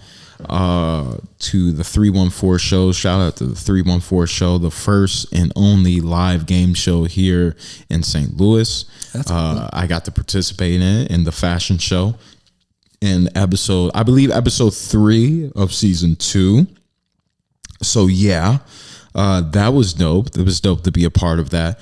But just to see, like, it's a live game show. It may not be on the level of as a Family Feud or a Wild and Out or other game shows like that just yet. Yeah. But like I said, just yet. It's getting to that point. It just needs a lot more traction. It needs a lot more eyes on it. And it can blow up. And just to be a part of something like that hasn't been done in St. Louis is cool. Enlightening enough. So I appreciate you, Jamal, for bringing me on. I appreciate the 314 game show. Everybody that is involved with it, from the contestants to the designers to the models to the artists that were participating in the show, that also performed, and everybody that came out. That love is monumental, and to contribute towards something as big as that is fantastic. Also, me and Jamal have a podcast together, so everybody go check that out too as well when you're done listening to this one, of course. But But yeah, was there anything else in mind that you wanted to touch on? I just want to say again that I love what you're doing, and I speak blessing and favor over this podcast and over all of the ways that you are showing up and serving this world. I think it's amazing how you do make space for people who are cultivating wisdom and insights to share their voice and share their perspective. And I know there's going to be a lot of fruit that comes from it. And it's only increasing. And I also feel specifically like there's a weight of authority that's coming on your shoulders that's going to be next level compared to what you've experienced in the past. Yeah, man, I've been experiencing that too. I pride myself on the fact that I want this to be a global thing. And as much as I say that, with each day, I realize that even just to make it huge here in St. Louis is such a responsibility, and it comes with like I said, the time management thing is probably the biggest thing I need to work on. Absolutely. Because I still have a 9 to 5.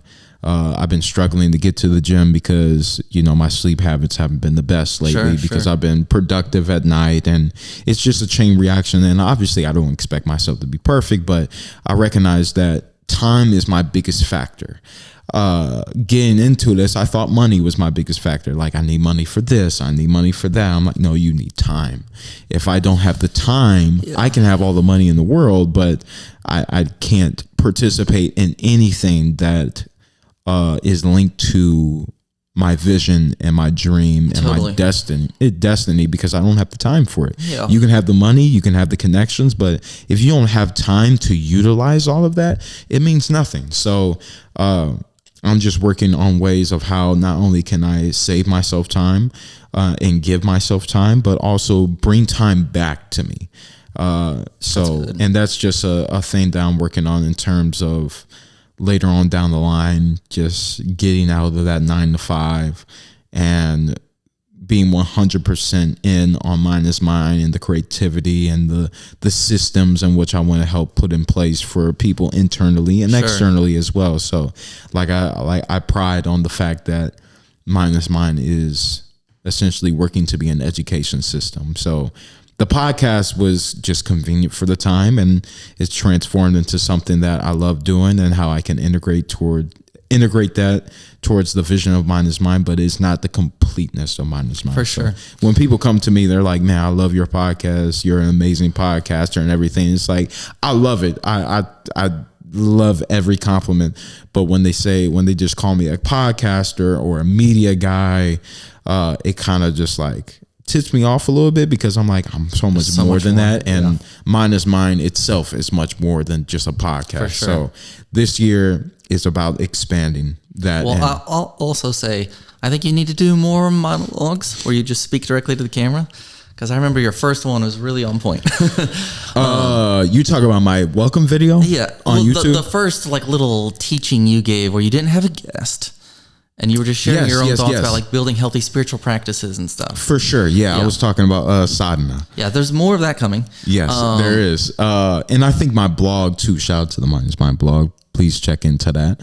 I know that people have very short attention spans, but take the time to read in this day and age. Please. I love writing, and you're going to have that a lot more. I'm actually still working on one thing I've been working on for months. I'm just trying to figure out the best way to formulate it. Because there's a lot of information. It's probably the longest one that I've had, and it's not leaning on the spiritual side of things, but it's a lot more of rationality mindset and a little bit of conspiratorial as well. But it's not really conspiratorial because the proof is in the pudding. Because there's truth. yeah, it is. But yeah. Since we talked about, I don't want to end this just yet. Since we talked about creativity, you are a photographer, and what else do you do in the creative realm, Destin? Poetry. You do poetry as well? I do poetry. Do you go to open mics? I have not. Partly because of my voice insecurity, Dude, get in open mics. I know a bunch of open mics that are just like, there's one on Tuesday, shout the word up. I've had brought up word up so many times. I need to get back out there. Plan to this Tuesday, every Tuesday. That's awesome. At Java Bar in the Grove. Okay. Was there yesterday for the game show, but every Tuesday, Java Bar in the Grove. Word up. We I'll respect come them just to hear you if you're sharing. for sure. And there's a ton of talent that goes through there, and awesome. it just kind of it just shows you that we have a lot of talent here in St. Louis, and there are people that just start their journey that go up there. There's people that are well seasoned and well oriented in the creative realm and whatever they do, whether it be music, whether it just be monologuing, whether it be spoken word. You know, Sure. there are a lot of talented people that go up there. That's good. There's people that do comedy, which comedy is probably the hardest thing to do, especially in this day and age. can imagine. Yeah, because there are a lot of people that frankly are sensitive Yeah, to as well. and it's hard to know like what's going to be seen as too politically incorrect, what's going to be seen as tasteful. etc. Yeah, what can hurt people's feelings, and the funniest stuff is when you don't really care about that. Yep. And yeah, so and that brings up another question too as well. I want to get to that first because I feel like that's Okay. kind of a shorter answer. When it comes to comedy and the LGBT community, a perfect example is how Dave Chappelle jokes about the community. Does that ever tip you off at all? How do you approach that?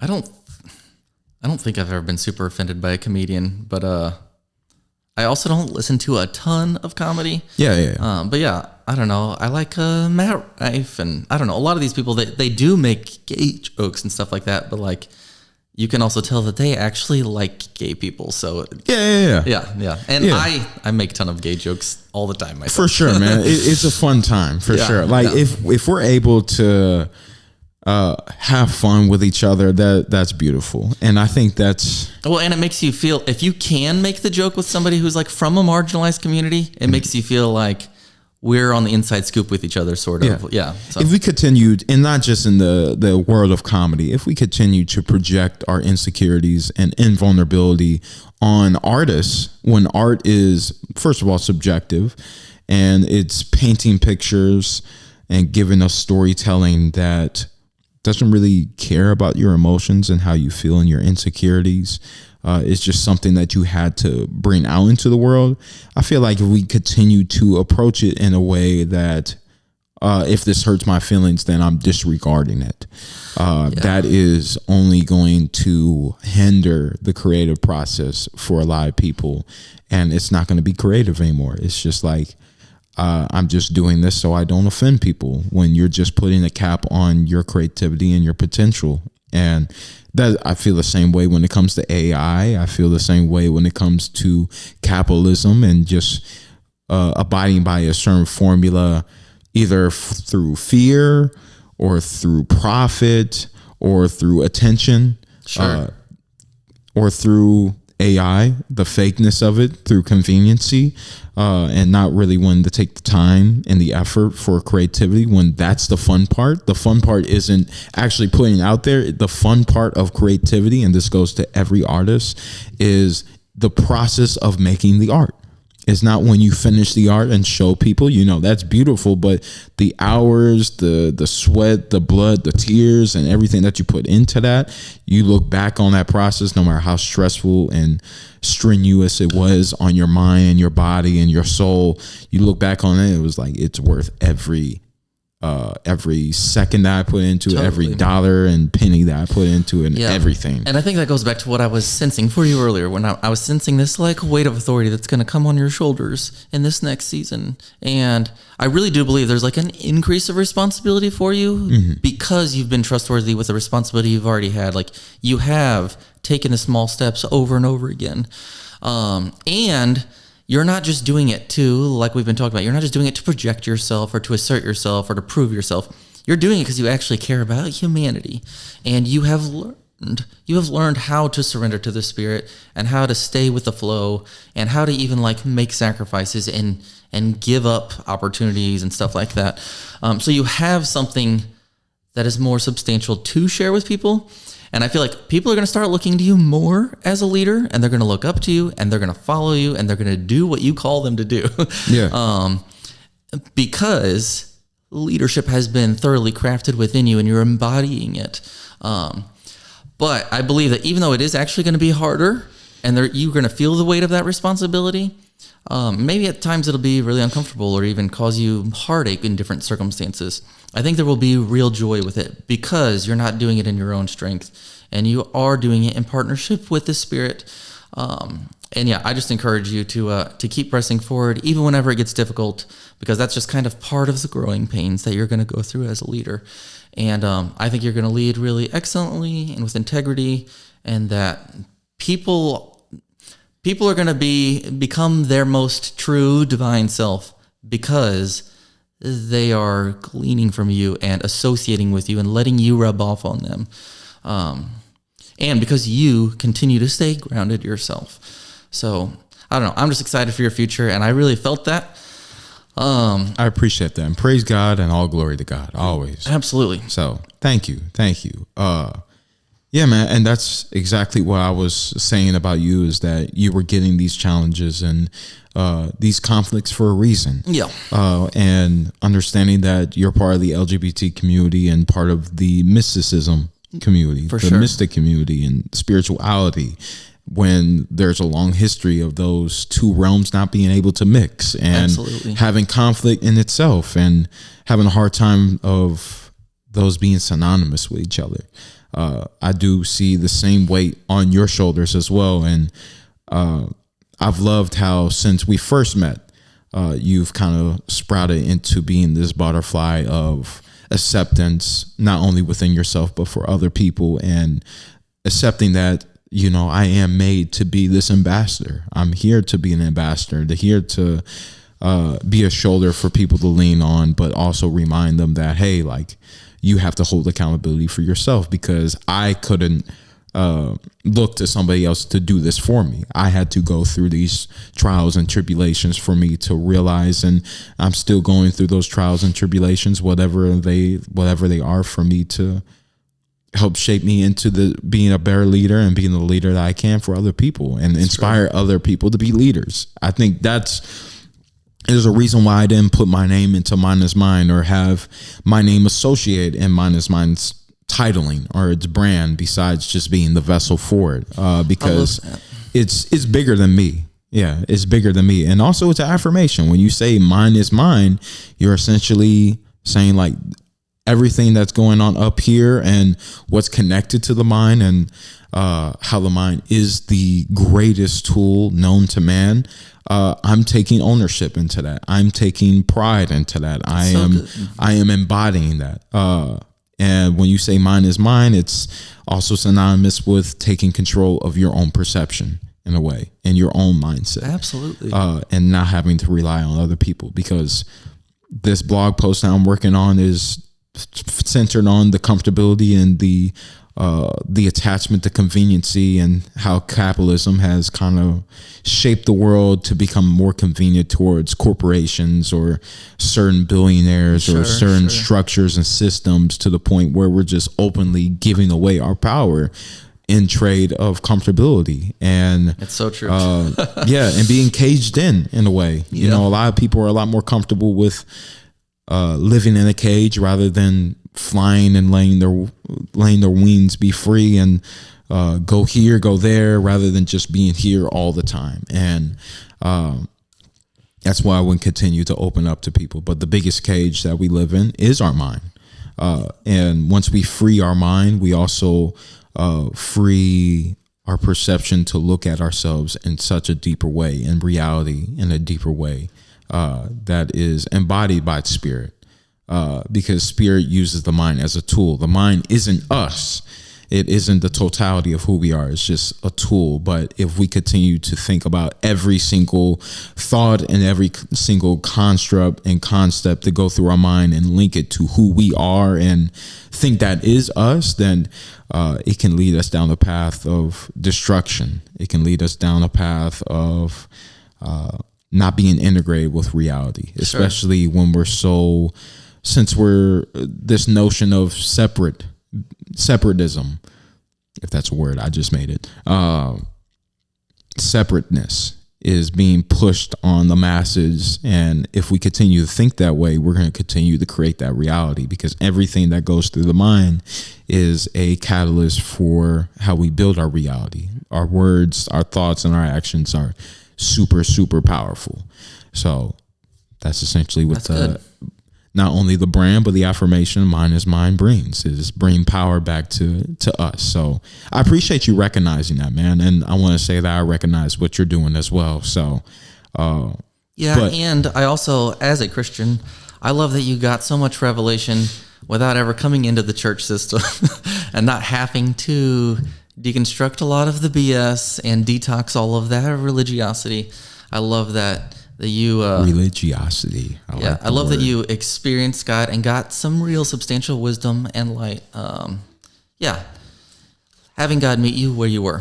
100%. I never came from a spiritual background. The closest thing I had to a spiritual background, rather than I would say art or baseball or sports like that, was my mom's side was Jehovah's Witnesses. Yeah. And there's a lot of toxicity that comes with that. That's a lot of the same kind of toxicity within evangelical Christianity, honestly. Yeah, but I was just too young. I wasn't even in middle school when I was around that a lot.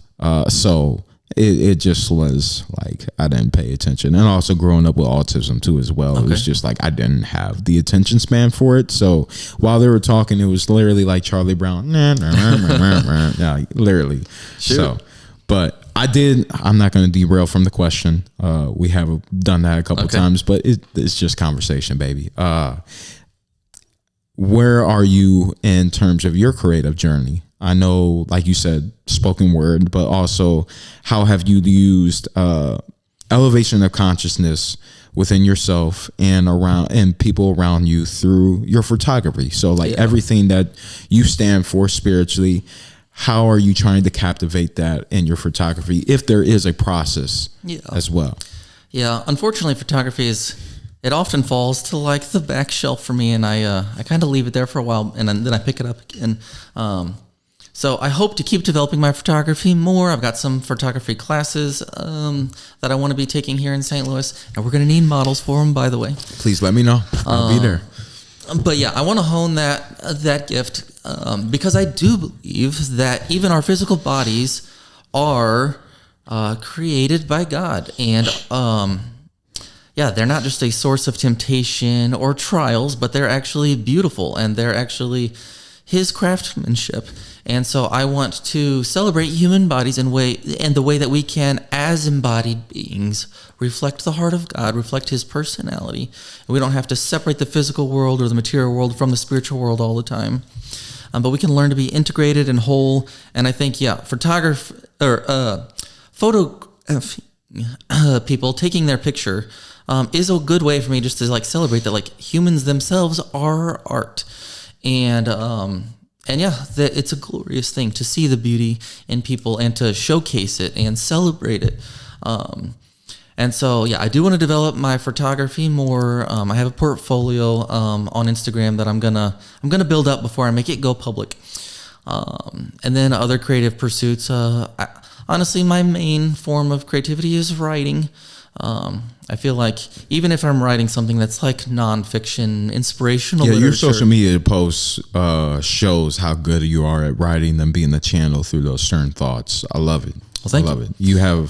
You bring so much detail and so much passion in what you write, and it's such a relief from just scrolling on Instagram or social media in general and just seeing negativity or projection or validation, and you kind of just give it a break from all of that. And I try to follow people that do the same thing that you do, but nobody's ever perfect, of course, especially on social media. There is no such thing as perfection on social media when there's this amount of fake stuff. So I'm glad that you bring that sigh of relief, but also realism as well. Well, thank you. I write blog posts on Substack. I think it's thedestinmichael.substack.com, and that really does feel like a craft. Like putting together an article, even if it's not a fictional story or something, it feels like this takes a lot of creativity. Like I'm designing every paragraph to be compelling in a unique way, and I've got a lot of practice with that through my job lately, so that's helped too. Indeed. Yeah, bro. I would love to model for you. Please let me know. Cool.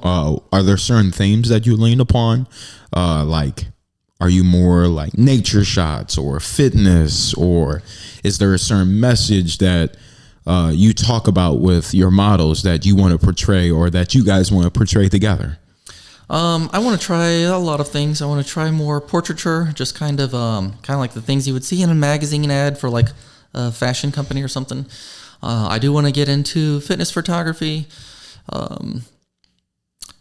Yeah, and I also kind of like picking people who have some kind of organization or something, and they represent some kind of message, and doing the photo shoot for them particularly, so that then it's like I'm promoting them through my photography. But yeah, I think there's a diversity of options, and I'm open to all kinds of styles of what it can look like. Eventually, I would love to have a studio, but that'll probably be a little ways down the road. Hey, you never know. It could happen tomorrow out of nowhere. So yeah, man, anything can happen. I'm praying for your success. And since meeting you back in 2020 in club fitness, which is crazy, man. That's coming upon 5 years. That is wild.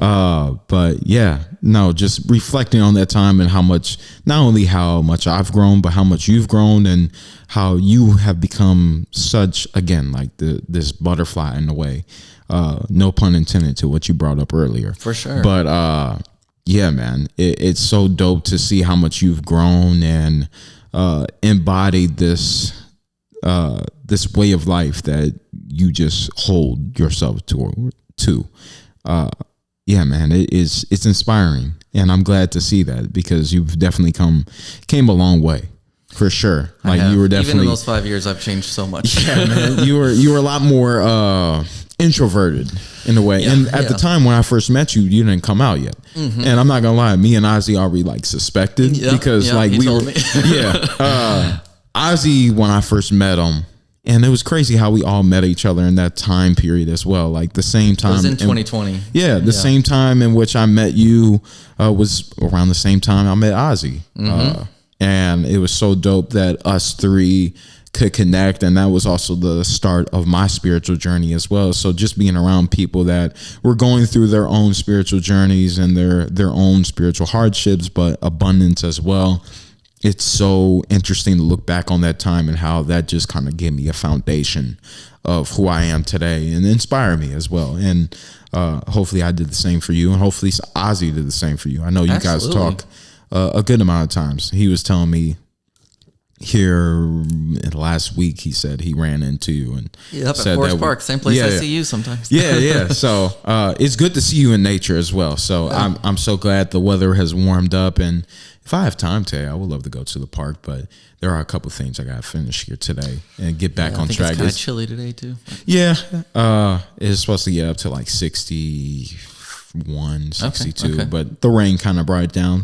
So it's what it is. For sure. But yeah, man, is there anything else that you would like to share? How can we reach you? How can we get in touch with you if we want to get in touch with those spiritual communities, photography, website building, connect with you on poetry, and so on and so forth? How can we connect you, and where can we find you? Instagram is at the Destin Michael.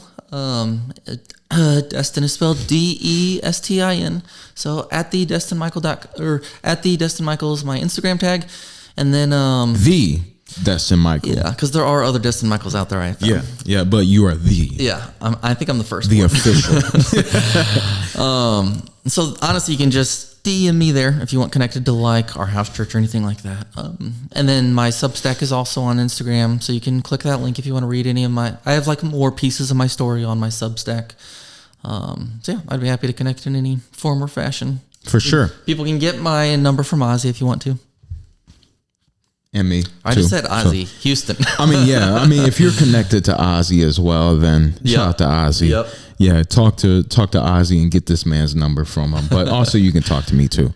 But yeah, bro, I'm glad to have you on. Anything that we can expect from you for the rest of 2025, since it's going so well for you? No, nothing that I can think of. Like I said, I think our house church community is going to expand. I'm looking forward to that. I think I'll be putting out even more articles and content. But beyond that, I'm just going to stay on the path of simplicity that I'm already on. Yes, sir. Nothing wrong with simplicity at all. Yeah. So, but man, y'all know what it is. Mine is Mine, episode 24 with my boy Destin Michael, re-recording. And if anything, it came out way better than what it was last time. So I am blessed that you took the time to come back and also have learned from the last time that we recorded, and it honestly looked way better. Like you got into a flow state and wouldn't even tell that you have a condition at all, because like awesome. I said, like when you get in that flow state, you speak for passion, you utilize that throat chakra. Definitely look into that. Yeah. But yeah, bro, you completely become this different type of speaker, and I love it. So I super appreciate it. For sure, man. But y'all know what it is, man. Mine is here to stand up and represent elevation and consciousness, starting in St. Louis, going from nationwide to worldwide. And as he said, I do feel that a bigger weight of responsibility is falling upon me, and I love to continue to express that through this podcast, through getting merch soon. Y'all seen it last episode, getting merch soon, and then getting certification so I can bring a lot more services and a lot more legitimacy to what I do, because I only want to bring value to y'all through conversation, through practices, through art, and so on and so forth, through inspiration, whatever it may be. But that's essentially what Mine is here for, is to be a vessel to help elevate each other. And it starts with the people. And what better way do we connect with people through conversation like this? So again, I appreciate you coming out. Any last words? I freaking love you. This is fun. I enjoy hanging out with you. This is a really great conversation, and I hope you get to have many more enlightening conversations on this podcast. It's love and light, my brother. I hope y'all have a great rest of your day, and happy Sunday. Peace.